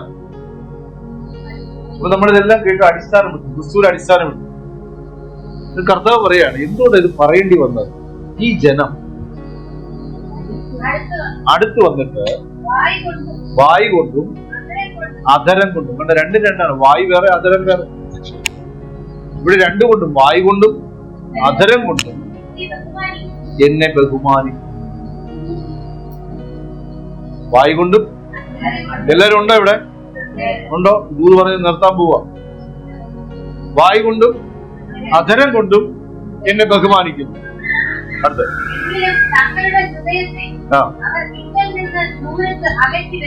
അവിടെ പറയാണ്, കർത്താവ് വേദനയോട് പറയാണ്, കാട്ടുമുന്തിരിക്ക കായ്ക്കാനുള്ള കാര്യം ഇതാണ്. അവർ എന്റെ അടുക്കൽ അവരുടെ ശരീരം വരുന്നു, അവർ വായ് കൊണ്ട് എന്നെ സ്തുതിക്കുന്നു, അധരം കൊണ്ട് എന്നെ മഹത്വപ്പെടുത്തുന്നു, ബഹുമാനിക്കുന്നു. പക്ഷെ അവർ ഹൃദയമില്ലാത്തവരായിട്ടാണ് വന്നിരിക്കുന്നത്. ഇവർ ഹൃദയം മറ്റെവിടെയോ വച്ചിരിക്കുന്നു. ഇവിടെ കർത്താവ് പറയുന്നത് ദൂരത്ത് വച്ചിരിക്കുന്നു. നിനക്ക് പല്ലും വായുവൊന്നും ഇല്ലെങ്കിലും ആ ഹൃദയം ഇങ്ങ് കൊണ്ടുവരുമോ? നീ ആർക്കും കൊടുത്തില്ലേ ഹൃദയം? ചിലത് നമ്മളെന്ന് പറഞ്ഞു, നമ്മളെ ഹൃദയം, നമ്മളാണ് ഈ സ്വയം എഴുന്നേൽക്കുന്ന ദൈവമാകും നിഗളിയുടെ ഹൃദയം, ദൈവവചനത്തിന് കീഴടങ്ങാൻ മടിയുള്ള ഹൃദയം, എതിർക്കുന്ന ഹൃദയം. എന്റെ കർത്താവ് പറയാണ്, നല്ല പാട്ട്, നല്ല ആരാധന, നല്ല പ്രസംഗം, നല്ല പ്രബോധനം, ഇതെല്ലാം ഉണ്ട് നമ്മൾ. പക്ഷെ നിന്റെ ഹൃദയം എവിടെ ഇരിക്കുന്നു? ദൈവം ചോദിക്കും. എന്നോടും കൂടി ചേർന്ന ചോദിക്കും. നിങ്ങളാരും ഞാൻ നിങ്ങളെ കുറ്റപ്പെടുത്തുകയാണെന്ന് പറയണ്ട, ഞാൻ എന്നെ തന്നെ. ഈ ജനം, വാക്കൊന്നുകൂടെ വായിച്ചോട്ടെ, ഈ ജനം അവരടുത്ത് വന്നു. കണ്ടോ, അടുത്ത് വന്നു. നമ്മൾ ചെയ്യുന്ന ഏറ്റവും വലിയ പാപമാണ് ദൈവത്തിന്റെ അടുക്കൽ വന്നിട്ട് എന്ത് ചെയ്യുന്നു? വായു കൊണ്ട് വമ്പ് പറഞ്ഞിട്ട് ഹൃദയം ദൂരത്ത് വച്ചിരിക്കുന്നു. അത് ചെയ്യരുത്. ദൈവവചനം അനുസരിക്കാതെ മാനസാന്തരപ്പെടേണ്ടുന്ന മേഖലകളിൽ മനസ്സിലാകാത്തതുപോലെ പൊട്ടക്കളി കളിക്കുന്നവരുടെ ഈ പറയുന്നത്.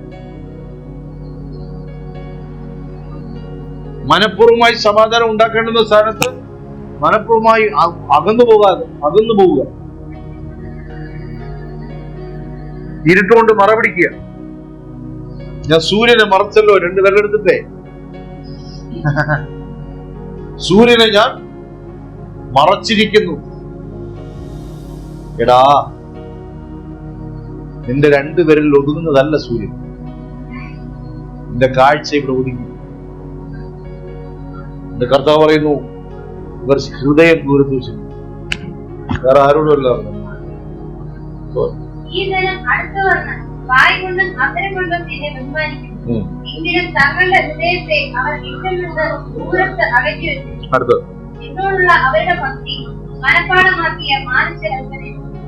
എന്നോടുള്ള അവരുടെ ഭക്തി മനഃപ്പാടമാക്കിയ മാനുഷിക കൽപ്പനകൾ അത്രേ. നമ്മളിത് പറയുമ്പോൾ നമ്മളിത് ആരെ കാണുമെന്നറിയാം? പിന്നെ GPA-ക്കാരെ പിടിക്കും. കർത്താവ് പറയും, കുഞ്ഞുമക്കളെ അവരാരെ കുറിച്ചല്ല ഈ പറയുന്നത്. മനഃപ്പാടമാക്കിയ മാനുഷിക ഭക്തി. യേശുവിനെ അറിയുന്നതിന് മുമ്പുണ്ടായിരുന്ന ചില കാര്യങ്ങളെ നമ്മൾ എവിടേക്ക് കൊണ്ടുവന്ന് വെച്ചിരിക്കുന്നു. അപ്പൊ ഭക്തിയുടെ കാര്യം വരുമ്പോ ഇങ്ങനെ ഇപ്പോഴും ദൈവത്തോടുള്ള ഡീലിങ്സ്, ഹൃദയം കൊണ്ടൊരു ഡീലിങ്സ് ഇല്ല. അതുകൊണ്ടാ പറഞ്ഞു, ഞാൻ പറഞ്ഞത് നിങ്ങളുടെ പ്രാർത്ഥനകളൊന്നും കുറച്ചല്ല, പുട്ട പ്രാർത്ഥനകളാണ്. അലമുറയിട്ട് കരയുന്നു, ഞാനെന്തിങ്ങനെ ആവുന്നു, പക്ഷെ കാര്യം അറിയുന്നില്ല. എന്തുകൊണ്ട് എന്റെ വേര് പൊളിഞ്ഞു തിരിച്ചറിയുന്നില്ല. മനസ്സിലാവുന്നുണ്ടോ? അവർ മനഃപ്പാടമാക്കിയ ഭക്തിയിൽ ദൈവത്തിന്റെ അടുക്കിലേക്ക് വരിക. സഭയോട് പറയുന്നു, ഹൃദയം കൊണ്ടുവാ. Where is your heart? ദൈവം നിന്റെ ഹൃദയത്തെ അനുഗ്രഹിക്കും. നിന്റെ ഹൃദയത്തിനകത്ത് അവൻ ഫലകം വയ്ക്കും. നിന്റെ ഹൃദയത്തിനകത്ത് അവൻ പെട്ടകം വയ്ക്കും. നിന്റെ ഹൃദയത്തിനകത്ത് അവൻ ന്യായപ്രമാണം എഴുതും. നിന്റെ ഹൃദയത്തിനകത്ത് കൽപ്പനകൾ എഴുതും. നിന്റെ ഹൃദയത്തിനകത്ത് അഹരോട് തളിർത്ത വഴി നിശ്ചിതയെ കുറിച്ചുള്ള പ്രത്യാശ വയ്ക്കും. തൊലിപ്പുറത്തല്ല, ഹൃദയത്തിനകത്ത്. അതിനകത്ത് പൊൻപാത്രത്തിലിട്ട ഊതിക്കഴിച്ച പൊന്ന്. ഹല്ലേലൂയ. പ്രാർത്ഥനയിൽ ഒരു കാര്യം കയറി വന്ന ഓർമ്മയുണ്ടോ? നീ വില കൊടുക്കണം. നീ അകത്ത് കയറിയ ഈ ദമോനിക്ക സഭയുടെ ദൂതൻ എഴുതുന്നുള്ള ഭാഗത്ത് പറയുന്ന കാര്യമില്ലേ? ഊതിക്കഴിച്ച പൊന്ന്. ഈ ഊതിക്കഴിച്ച പൊന്ന് നീ കൊടുക്കേണ്ട വില എന്തെന്നറിയാമോ? അതിങ്ങനെ മങ്ങി തുടങ്ങുമ്പോ ഊതിപ്പിക്കണം. വിശ്വാസം കുറഞ്ഞു പോകുമ്പോ അത് ചാരം മാറണം. ആ കനൽ നീ കാണണം. ആ കനൽ വെളിപ്പെടണം. അത് കത്തണം. ആടുമ്പോ മാത്രമല്ല കത്തേണം. ഇത് അണയാത്ത നാളമായി കത്തി നിൽക്കണം. ഒരു വില കൊടുക്കണ്ടേ? മറ്റേടുത്ത് വെച്ച് ഊതണ്ടേ? തട്ടന്മാരെ കണ്ടിട്ടുണ്ടോ നിങ്ങള്? പഴയ തട്ടന്മാരെ ഇരിക്കുന്ന ഇരിപ്പ് കണ്ടു കഴിഞ്ഞാൽ ഊതി ഊതി നെഞ്ചിലെ വാരിയല്ലുകൾ കാണാം. അങ്ങനത്തെ ഉണ്ട് കേട്ടോ. ഞാനിവിടത്തെ ഒരു തട്ടന്മാരേക്ക് അപ്പനും അങ്ങനെ തന്നെ മക്കളും മൂന്നെണ്ണം അങ്ങനെ ഊതി ഊതി ഊതി വാരിയല്ലുകൾ. ഞാൻ പോയി നോക്കിയിട്ടുണ്ട്. ഇതിനെ അവർ വിളക്കി ചേർക്കുന്നതൊക്കെ കൊച്ചുനാളും പോയി പഠിച്ചിട്ട് ഉമ്മിക്കകത്തിട്ട് ഈ സ്വർണം വെച്ചിട്ട് കുറച്ചു നേരം ഉണ്ടായിരിക്കും. ആരോടൊക്കെ വർത്തമാനം പറഞ്ഞുകൊണ്ടിരിക്കും. ഇതിങ്ങനെ ചാരം പൊടി എന്തായിത്തീരും. പക്ഷെ അതിനകത്ത് എന്തുണ്ട്? കനലുണ്ട്. അതിനകത്ത് എന്തുണ്ട്? സ്വർണമുണ്ട്. പക്ഷെ അതിനെ ജ്വലിപ്പിക്കണമെങ്കിൽ എന്ത് വേണം? ഓക്സിജൻ. പരിശുദ്ധാത്മാവിൽ കൂടി വിളിച്ചു പറയുന്നു, എന്റെ അകത്ത് വീണ കനൽ അണയാതെ നോക്കുവാൻ ഞാനൊരു വില കൊടുത്തേ മതിയാകും. ഹൃദയം കൊണ്ട് ചെന്നാൽ എല്ലപ്പോഴും ഊതാം. ഇവിടെ നിന്നുകൊണ്ട് ഞാൻ മാവളക്കടയിൽ ഹൃദയം വെച്ചിട്ട് ഇവിടെ വന്നിട്ട് വേഷം കെട്ടി ഇവിടെ ഊതിയായിരിക്കും. നല്ല മനസ്സിലായ? അടുത്ത വാക്യം.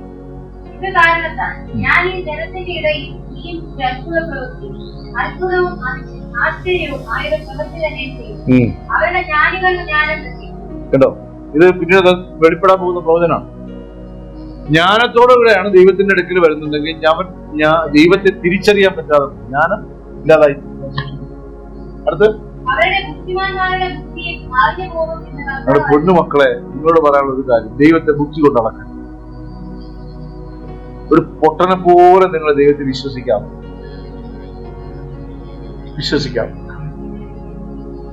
പറ്റില്ലെന്നറിയാം, എന്നാലും ഞാൻ പറയുക, ദൈവം നമ്മളെ ചതിക്കും. 1. 2, ദൈവത്തിന്റെ വചനം ആർക്കും കീഴടങ്ങുന്നതല്ല.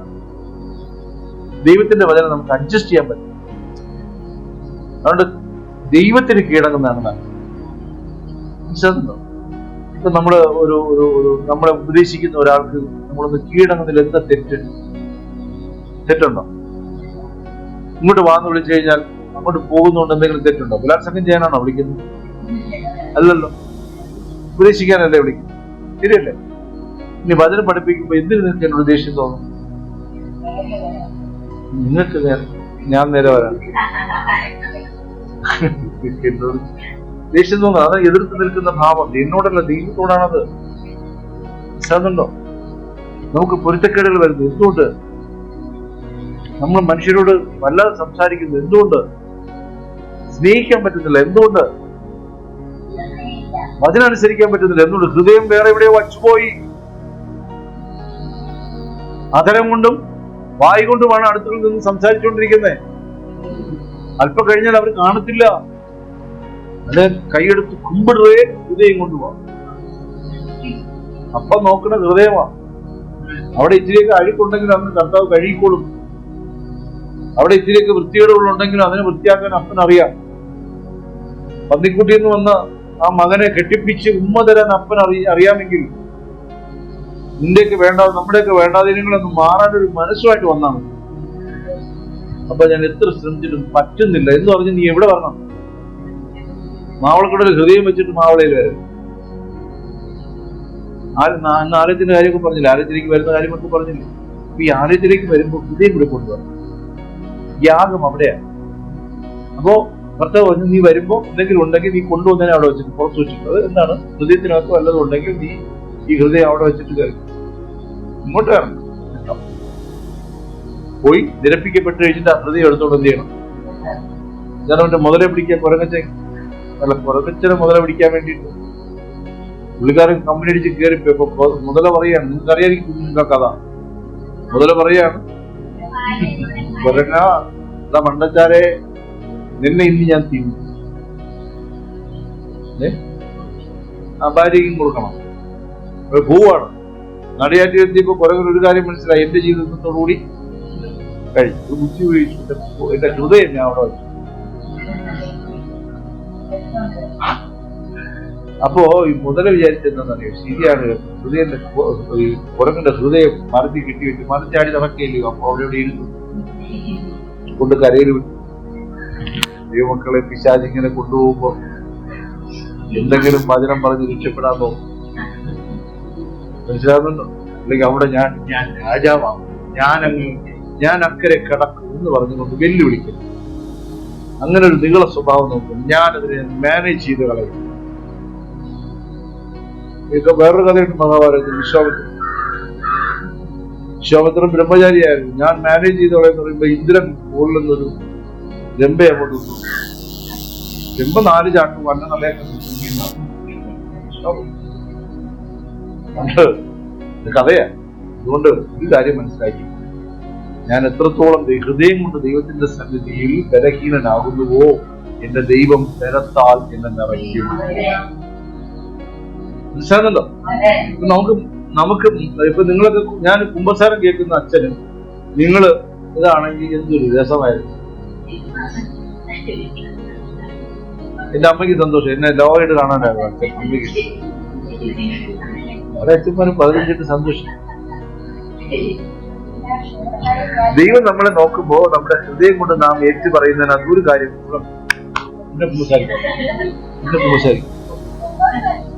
ഉടനെ ലത ലൈല സഹോദരി മോളിയമ്മയുടെ ഒരു കുമ്പസാരം. മോളിയമ്മ നോക്ക്, ഈ ദൈവം നമ്മളെ നോക്കുമ്പോ എന്നെ ശ്രദ്ധിക്കുന്നു. എന്റെ ഹൃദയത്തിനകത്ത് നിഷ്കളങ്കമായി ഒരു ചോദ്യം പോണം. നിശ്ചയമായിട്ട് ഇതെന്നെ സ്വാധീനിക്കരുത്. എന്ത് നീ ആഗ്രഹിച്ചു ഒരു സെക്കൻഡ് പ്രാർത്ഥിച്ചു. പൊതിയും വെച്ചിട്ട് കൈ തേൻകൂട്ടിലിട്ടിട്ട് തേരിൽ നിന്ന് എന്നെ വിടുവിക്കണമേ കർത്താവേ, തേരിൽ നിന്ന് എന്നെ വിടുവിക്കണമേ കർത്താവേ. പ്രത്യേകിച്ച് വിടുതലൊന്നും വരുന്നു. ഈ ചെയ്യും ഉറുമ്പൊക്കെ കയറി വരും. നീ ആ കണ്ണ് വെച്ച് അടക്കി തട്ടിക്കൊണ്ടിരിക്കുന്നു. ഇന്ന് കർത്താവിന്റെ ആത്മാവിൽ പറയുന്നു, ആലയത്തിനകത്ത് നിഷ്കളങ്ക ഭാവം. ദൈവവചനത്തിന്റെ മുമ്പാകെ വിനയപ്പെടുന്ന ഒരു ഹൃദയം ഉണ്ടാകും, താഴ്ന്ന് കൊടുക്കുവാനൊരു ഹൃദയം ഉണ്ടാകും. അപ്പൊ ദൈവം പറയാണ്, ഞാൻ ബുദ്ധിയുള്ളവന്മാരെ ബുദ്ധി കെടുത്തിയിട്ട് ഞാൻ നിനക്കൊരു ബുദ്ധി തരാം. താഴ്ത്ത് വായിച്ച വേഗമായി കണ്ടോ? ദൈവത്തിന്റെ ആലോചന എന്ത് ചെയ്യാണ്? സോറി ആരുടെ ആലോചന? ഹലോ, എല്ലാവരും ഇവിടെ ഉണ്ടോ? ഇപ്പൊ തന്നെ നിർത്താൻ ഞാൻ പെട്ടെന്ന് ശ്രദ്ധിച്ചോളൂ. തങ്ങളുടെ ആലോചന. അപ്പൊ എന്റെ ആലോചന ഞാൻ എന്ത് ചെയ്യാണ്? ആർക്കും മറച്ചു വയ്ക്കാൻ നോക്കുകയാണ്. ഇതാണ് നമ്മൾ പെടാപ്പാടുപെടുന്നത്.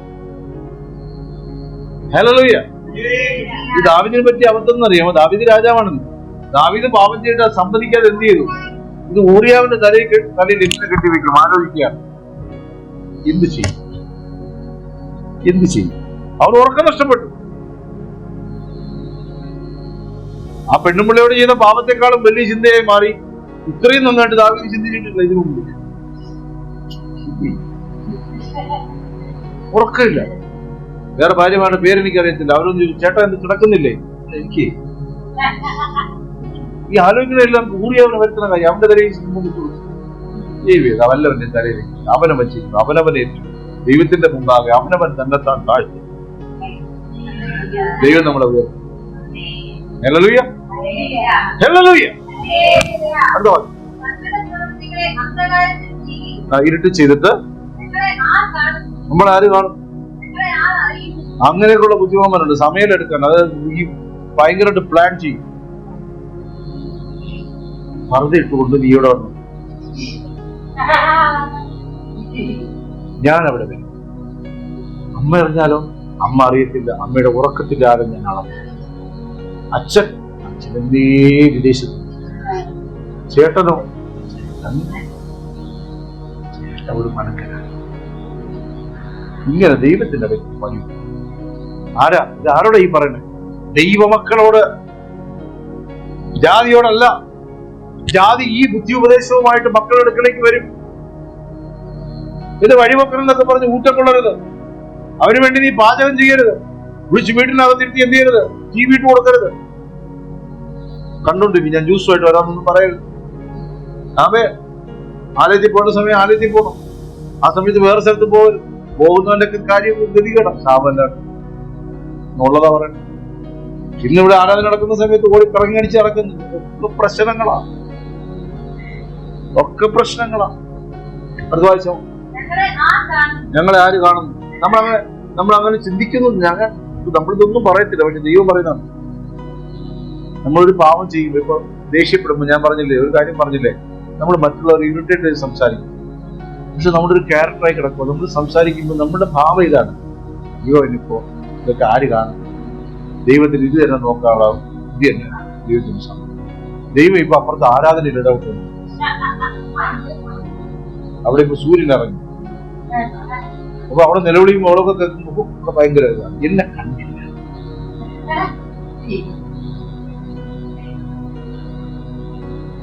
ഈ പൊട്ടങ്ങളി നിർത്താനാണ് മനസ്സിലാവുന്നത്. ഞാനല്ല പറഞ്ഞു, എന്റെ കർത്താവ് പറയോ, നീ എവിടെ ഇരുന്നാലും നിന്റെ കൂടെ ആത്മാവുണ്ട്.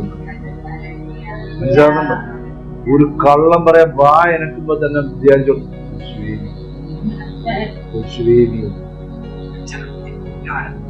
ഇതെന്നെ പറയാം. നമുക്ക് എങ്ങനെ തിരിയല്ല, കാരണം മാറിയിട്ട് വേണ്ടേ തിരിയാ. നമ്മളപ്പനാണെങ്കിൽ കുളിക്കാൻ കയറുമ്പോഴെങ്കിലും അതെന്റെ അച്ഛൻ രസത്തിന് വേണ്ടി പറയാ, പഴക്കൾ കൊണ്ട് മുറിക്കാതെ ഇരിക്കത്തില്ല. അതൊരു ഭയങ്കര സന്തോഷം. ഇന്നൊക്കെ വരുന്ന കൊലയൊക്കെ എന്ന് പറഞ്ഞാൽ ഇത്ര ഹൈറ്റ്, താഴെ ഇത്ര ഹൈറ്റൊക്കെ വരും. ഇങ്ങനെ പഴുത്തൊരു മണം വരും, നാടൻ പഴത്തിന്റെ മണം. എനിക്കാണെങ്കിൽ എന്നെ പോലെ പഴക്കൊതിയുള്ളത് മനുഷ്യൻ വേറെ. അപ്പോ റേഷൻ സമ്പ്രദായമാണ്. രാവിലെ 12, വൈകുന്നേരം സ്കൂൾ കഴിഞ്ഞ് അച്ഛൻ മടങ്ങി വരാൻ കാത്തിരിക്കണം, അടുത്ത് പഴം കിട്ടും. അപ്പോ എനിക്കൊരു കാര്യം മനസ്സിലായി, നല്ല രീതിയിൽ പഴം തരും. കുളിക്കാൻ കയറുമ്പോ താക്കോല് മാറ്റി വയ്ക്കുന്ന ഒരു സ്ഥലമാണ്. ഞാൻ ഈ സമയത്ത് പോയി താക്കോൽ എടുത്ത് എനിക്ക് ആവശ്യമുള്ള പഴമൊക്കെ എടുക്കും. വീണ്ടും കുട്ടി താക്കോൽ അച്ഛൻ സമയം ഏതാണ് ചിലരുടെ ഉറക്കത്തില്ല. ഇപ്പോൾ 3ാമത്തെ ബക്കറ്റ് വെള്ളം ഒഴിച്ചു. ഇപ്പോൾ തോർത്തെടുത്ത് തുറക്കുന്ന സമയമാണ്. ഈ പരിപാടിയൊക്കെ ഇപ്പോഴങ്ങ് നിർത്തി. എത്ര മനസ്സിലായി? എന്താണെന്ന് ഞാൻ എന്റെ കാര്യം നടത്തുന്നതല്ല. അതുകൊണ്ടാ പറഞ്ഞു, ഒരുമാതിരിപ്പെട്ട് വേഷം കെട്ടോട്ട് വരുമ്പോൾ ഞാൻ പ്രതിഫല കാര്യം പറഞ്ഞതുകൊണ്ട് പിശ പഠിപ്പിക്കുകയായിരുന്നു. Hallelujah, hallelujah. നേരെ മറിച്ച് എന്റെ അപ്പൻ അതിനെ തുറന്നു വെച്ചിരുന്നെങ്കിൽ ഇതുപോലെ നമ്മളത് ചെയ്യത്തില്ല. അത്രയും അവിടെ ഇരുന്ന് പഴുത്ത് മണം ഈ ഏരിയ മൊത്തം മാറി. എന്നാലും വൈകുന്നേരം 12 തരും. നമ്മൾ കണ്ടെത്തിയ ബുദ്ധിയായിരുന്നു. നോക്ക്, ദൈവം പറയാ, എന്റെ ജീവനെ ഞാൻ നിനക്ക് തന്നു, നീ ഇനി മടക്കേണ്ടവനാണ്, നാറേണ്ടവനല്ല. ആമേൻ, ഹല്ലേലൂയ.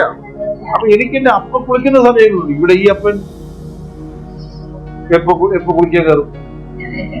യേശുവിനെ പറ്റിക്കാൻ ഞാൻ ഒരു ശ്രമം നടത്തിയാണ്. നാളെ ഇരുപത്തൊരു ക്രൂസൈഡ് ഈ സമയത്ത് അപ്പക്കാരി കഴിക്കും. ഇങ്ങനെയൊക്കെ വിചാരിച്ചിരിക്കുന്നവരോട് പരിശുദ്ധാത്മാവ് പറയുന്നു, മാറുകയല്ല. പരിശുദ്ധാത്മാവ് നിന്നെ വിട്ട് മാറുന്നില്ല. നിന്റെ മേൽ തളിക്കപ്പെട്ട രക്തം ജീവനുള്ള രക്തം. നിന്റെ മേൽ പകർന്ന രക്ഷ വ്യാജമല്ല. അവന്റെ ആത്മാവ് നിന്നോട് സംസാരിച്ചുകൊണ്ടേയിരിക്കും. 10,000 പേരോട് ഒരേ നിമിഷം സംസാരിപ്പാൻ ആ നാമം മാത്രം മതി. ഏത് ആംഗിളിൽ വേണമെങ്കിലും അവൻ സംസാരിക്കും. ഹല്ലേലൂയ. വീരനോട് വീരത്വമായി സംസാരിക്കും. ദയ കാണിക്കേണ്ടുന്നവരോട് ദയോട് അറ്റ് എ ടൈം പ്രവർത്തിക്കാൻ. ഇതേ സെയിം ടൈം ഇവിടെ ആപ്റ്റിക്കല് ഒരാള് പ്രാർത്ഥിക്കുന്നുണ്ടെങ്കിൽ അവനോട് സംസാരിപ്പാൻ ഈ കർത്താവിന് കഴിയും. എത്ര വിശ്വസിക്കുന്നു? അതുകൊണ്ട് ഭൂമിയുടെ അറ്റങ്ങളോളം നിങ്ങൾ അവന്റെ സാക്ഷികളാകുന്നു. ആമേൻ, ഹല്ലേലൂയ. അടുത്ത ഞങ്ങളെ ആർ അറിയുന്നു എന്ന് പറയുകയും ചെയ്യുന്നവർക്ക് അയ്യോ കഷ്ടം. അപ്പൊ ഇതുപോലെ കുളിക്കാൻ കയറുമ്പോ താക്കോലൊക്കെ വെച്ചെടുക്കാമെന്ന് ആരും വിചാരിക്കണം. ഇങ്ങോട്ട് കൂടെ ഒന്ന് പറയാമോ കർത്താവിനെ പറ്റിക്കാൻ പറ്റില്ല? രക്ഷിക്കപ്പെട്ട നിനക്ക് കർത്താവിനെ പറ്റിക്കാൻ പറ്റില്ല. അതിന്റെ അർത്ഥം എനിക്കും പറ്റില്ല എന്നുള്ളതാണ്. കേട്ടോ, ഇതെന്തൊരു പറഞ്ഞു അവൾ ഉഷാറായി. അയച്ചോ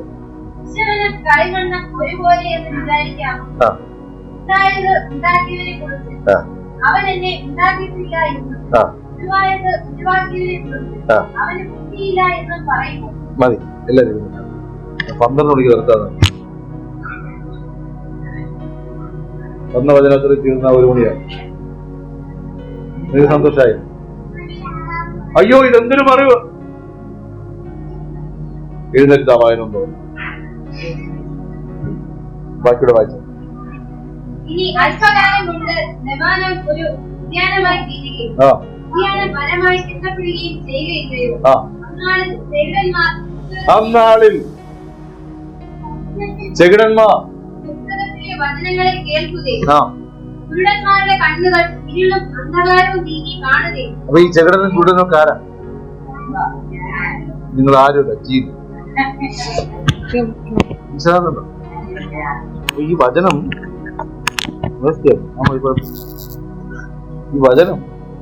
നമ്മൾ എവിടെ ഇരിക്കണം?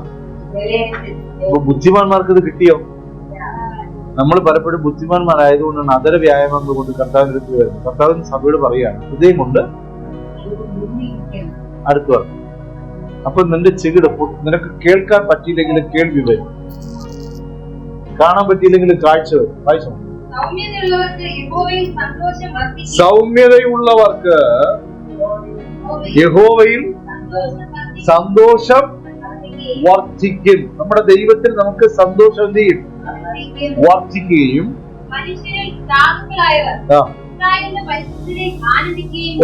പറയുന്നുണ്ടോ? മനുഷ്യരിൽ സാധുക്കളായ.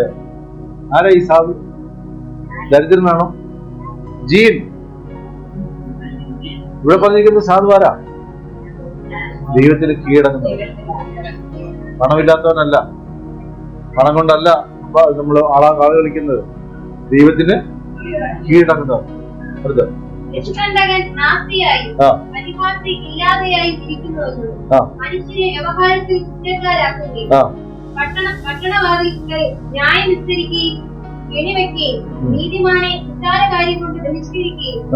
നീതിമാനെ നിസ്സാര കാര്യം പറഞ്ഞ് ബഹിഷ്കരിക്കുക. ആ വാക്ക് അണ്ടർലൈൻ ചെയ്തോ? അത് പ്രസംഗിക്കേണ്ട വിഷയമാണ്. നീതിമാനെ 3 പോയിന്റ് ഒന്ന് വായിച്ചിട്ട് വായിച്ചു 3 പോയിന്റ്.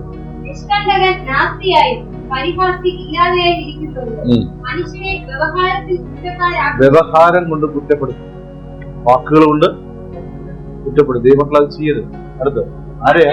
മനുഷ്യര്. അപ്പൊ ന്യായം വിസ്തരിക്കുന്നവന് കെണി വെക്കും. എങ്ങനെ കെണിയിൽ കൊടുക്കും? അപ്പൊ യേശുവിനെ കൊടുക്കാൻ പരീക്ഷന്മാര് വന്നില്ലേ? അപ്പൊ നമ്മളിൽ പരീക്ഷ മനോഭാവമൊക്കെ ഉണ്ട്. അടുത്ത് നിസ്സാര കാര്യം മതി. നമ്മള് ഇന്നലെ വരെ സംസാരിച്ചിട്ട് നാളെ സംസാരിക്കുന്നു. കാര്യം വല്ലതും ഉണ്ടോ? ഒരു രാത്രി മുഴുവൻ ചേഞ്ചാലും കിട്ടും കാര്യം. പണ്ടങ്ങാണ്ടോ കയറി ഒരു കാര്യം ഓർത്ത് വിശാചെടുത്ത് ജ്വലിപ്പിച്ചപ്പോഴാണ് അയ്യോ രാവിലെ ഐ ലവ് യു പറഞ്ഞു, ഉച്ചയ്ക്ക് ഐ ഹേറ്റ് യു എന്ന് പറഞ്ഞു, വൈകുന്നേരം ആയപ്പോ ഡിവോഴ്സ് കിടന്നു. ആ പാവം നീതിമാൻ അവിടെ നിന്ന് എന്ത് ചെയ്തു? അപ്പൊ നിസ്സാര കാര്യത്തിന് ബഹിഷ്കരിക്കുക. അത് നമുക്ക് വേറെ ദിവസം പ്രാർത്ഥിക്കണം, ഇതൊന്ന് പ്രകാശിപ്പിച്ചു തരാം കേട്ടോ. വായിച്ചു.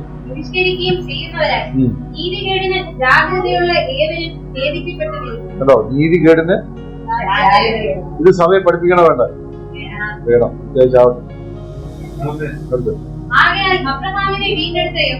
ആകയാൽ അബ്രഹാം അച്ഛയുടെ വചനം ശ്രദ്ധിച്ചു. അബ്രഹാമിനെ വീണ്ടെടുത്ത യഹോവ യാക്കോബ് ഗൃഹത്തെ കുറിച്ച് ഇപ്രകാരം പറയുന്നു, യാക്കോബേ നീ ലജ്ജിച്ചു പോകില്ല. അവന്റെ മുഖം ഇനി വിളറിപ്പോകുകയില്ല. എന്റെ മുഖം ഇടയ്ക്കിടയ്ക്ക് വിളറിപ്പോയില്ലേ?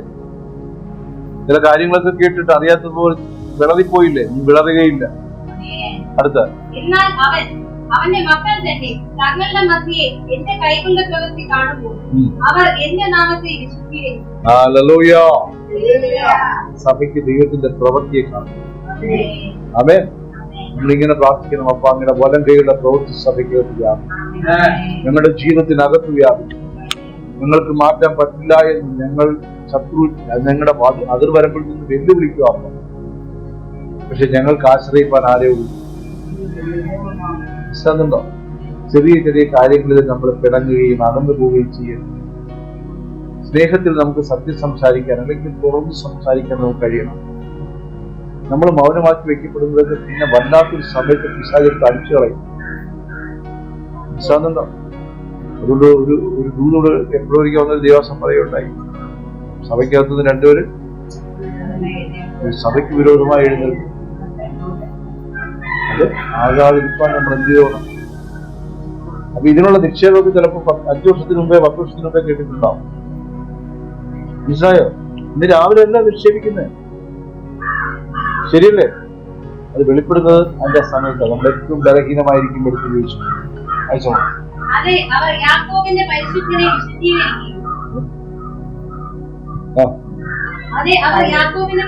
വിശുദ്ധീകരിക്കും. ഇസ്രായേലിന്റെ ദൈവത്തെ ഭയപ്പെടുകയും. ഹല്ലേലൂയ. ഞാൻ വാക്കുവാനിച്ചു സമയത്തിന് നിർത്തി. ഒന്നുമില്ലായ്മയിൽ നിന്നെ നിന്നുടെ ഛായയിൽ സൃഷ്ടിച്ചു, നിത്യമായി സ്നേഹിച്ച പുത്രരെ തന്നുരേ. ആമേൻ.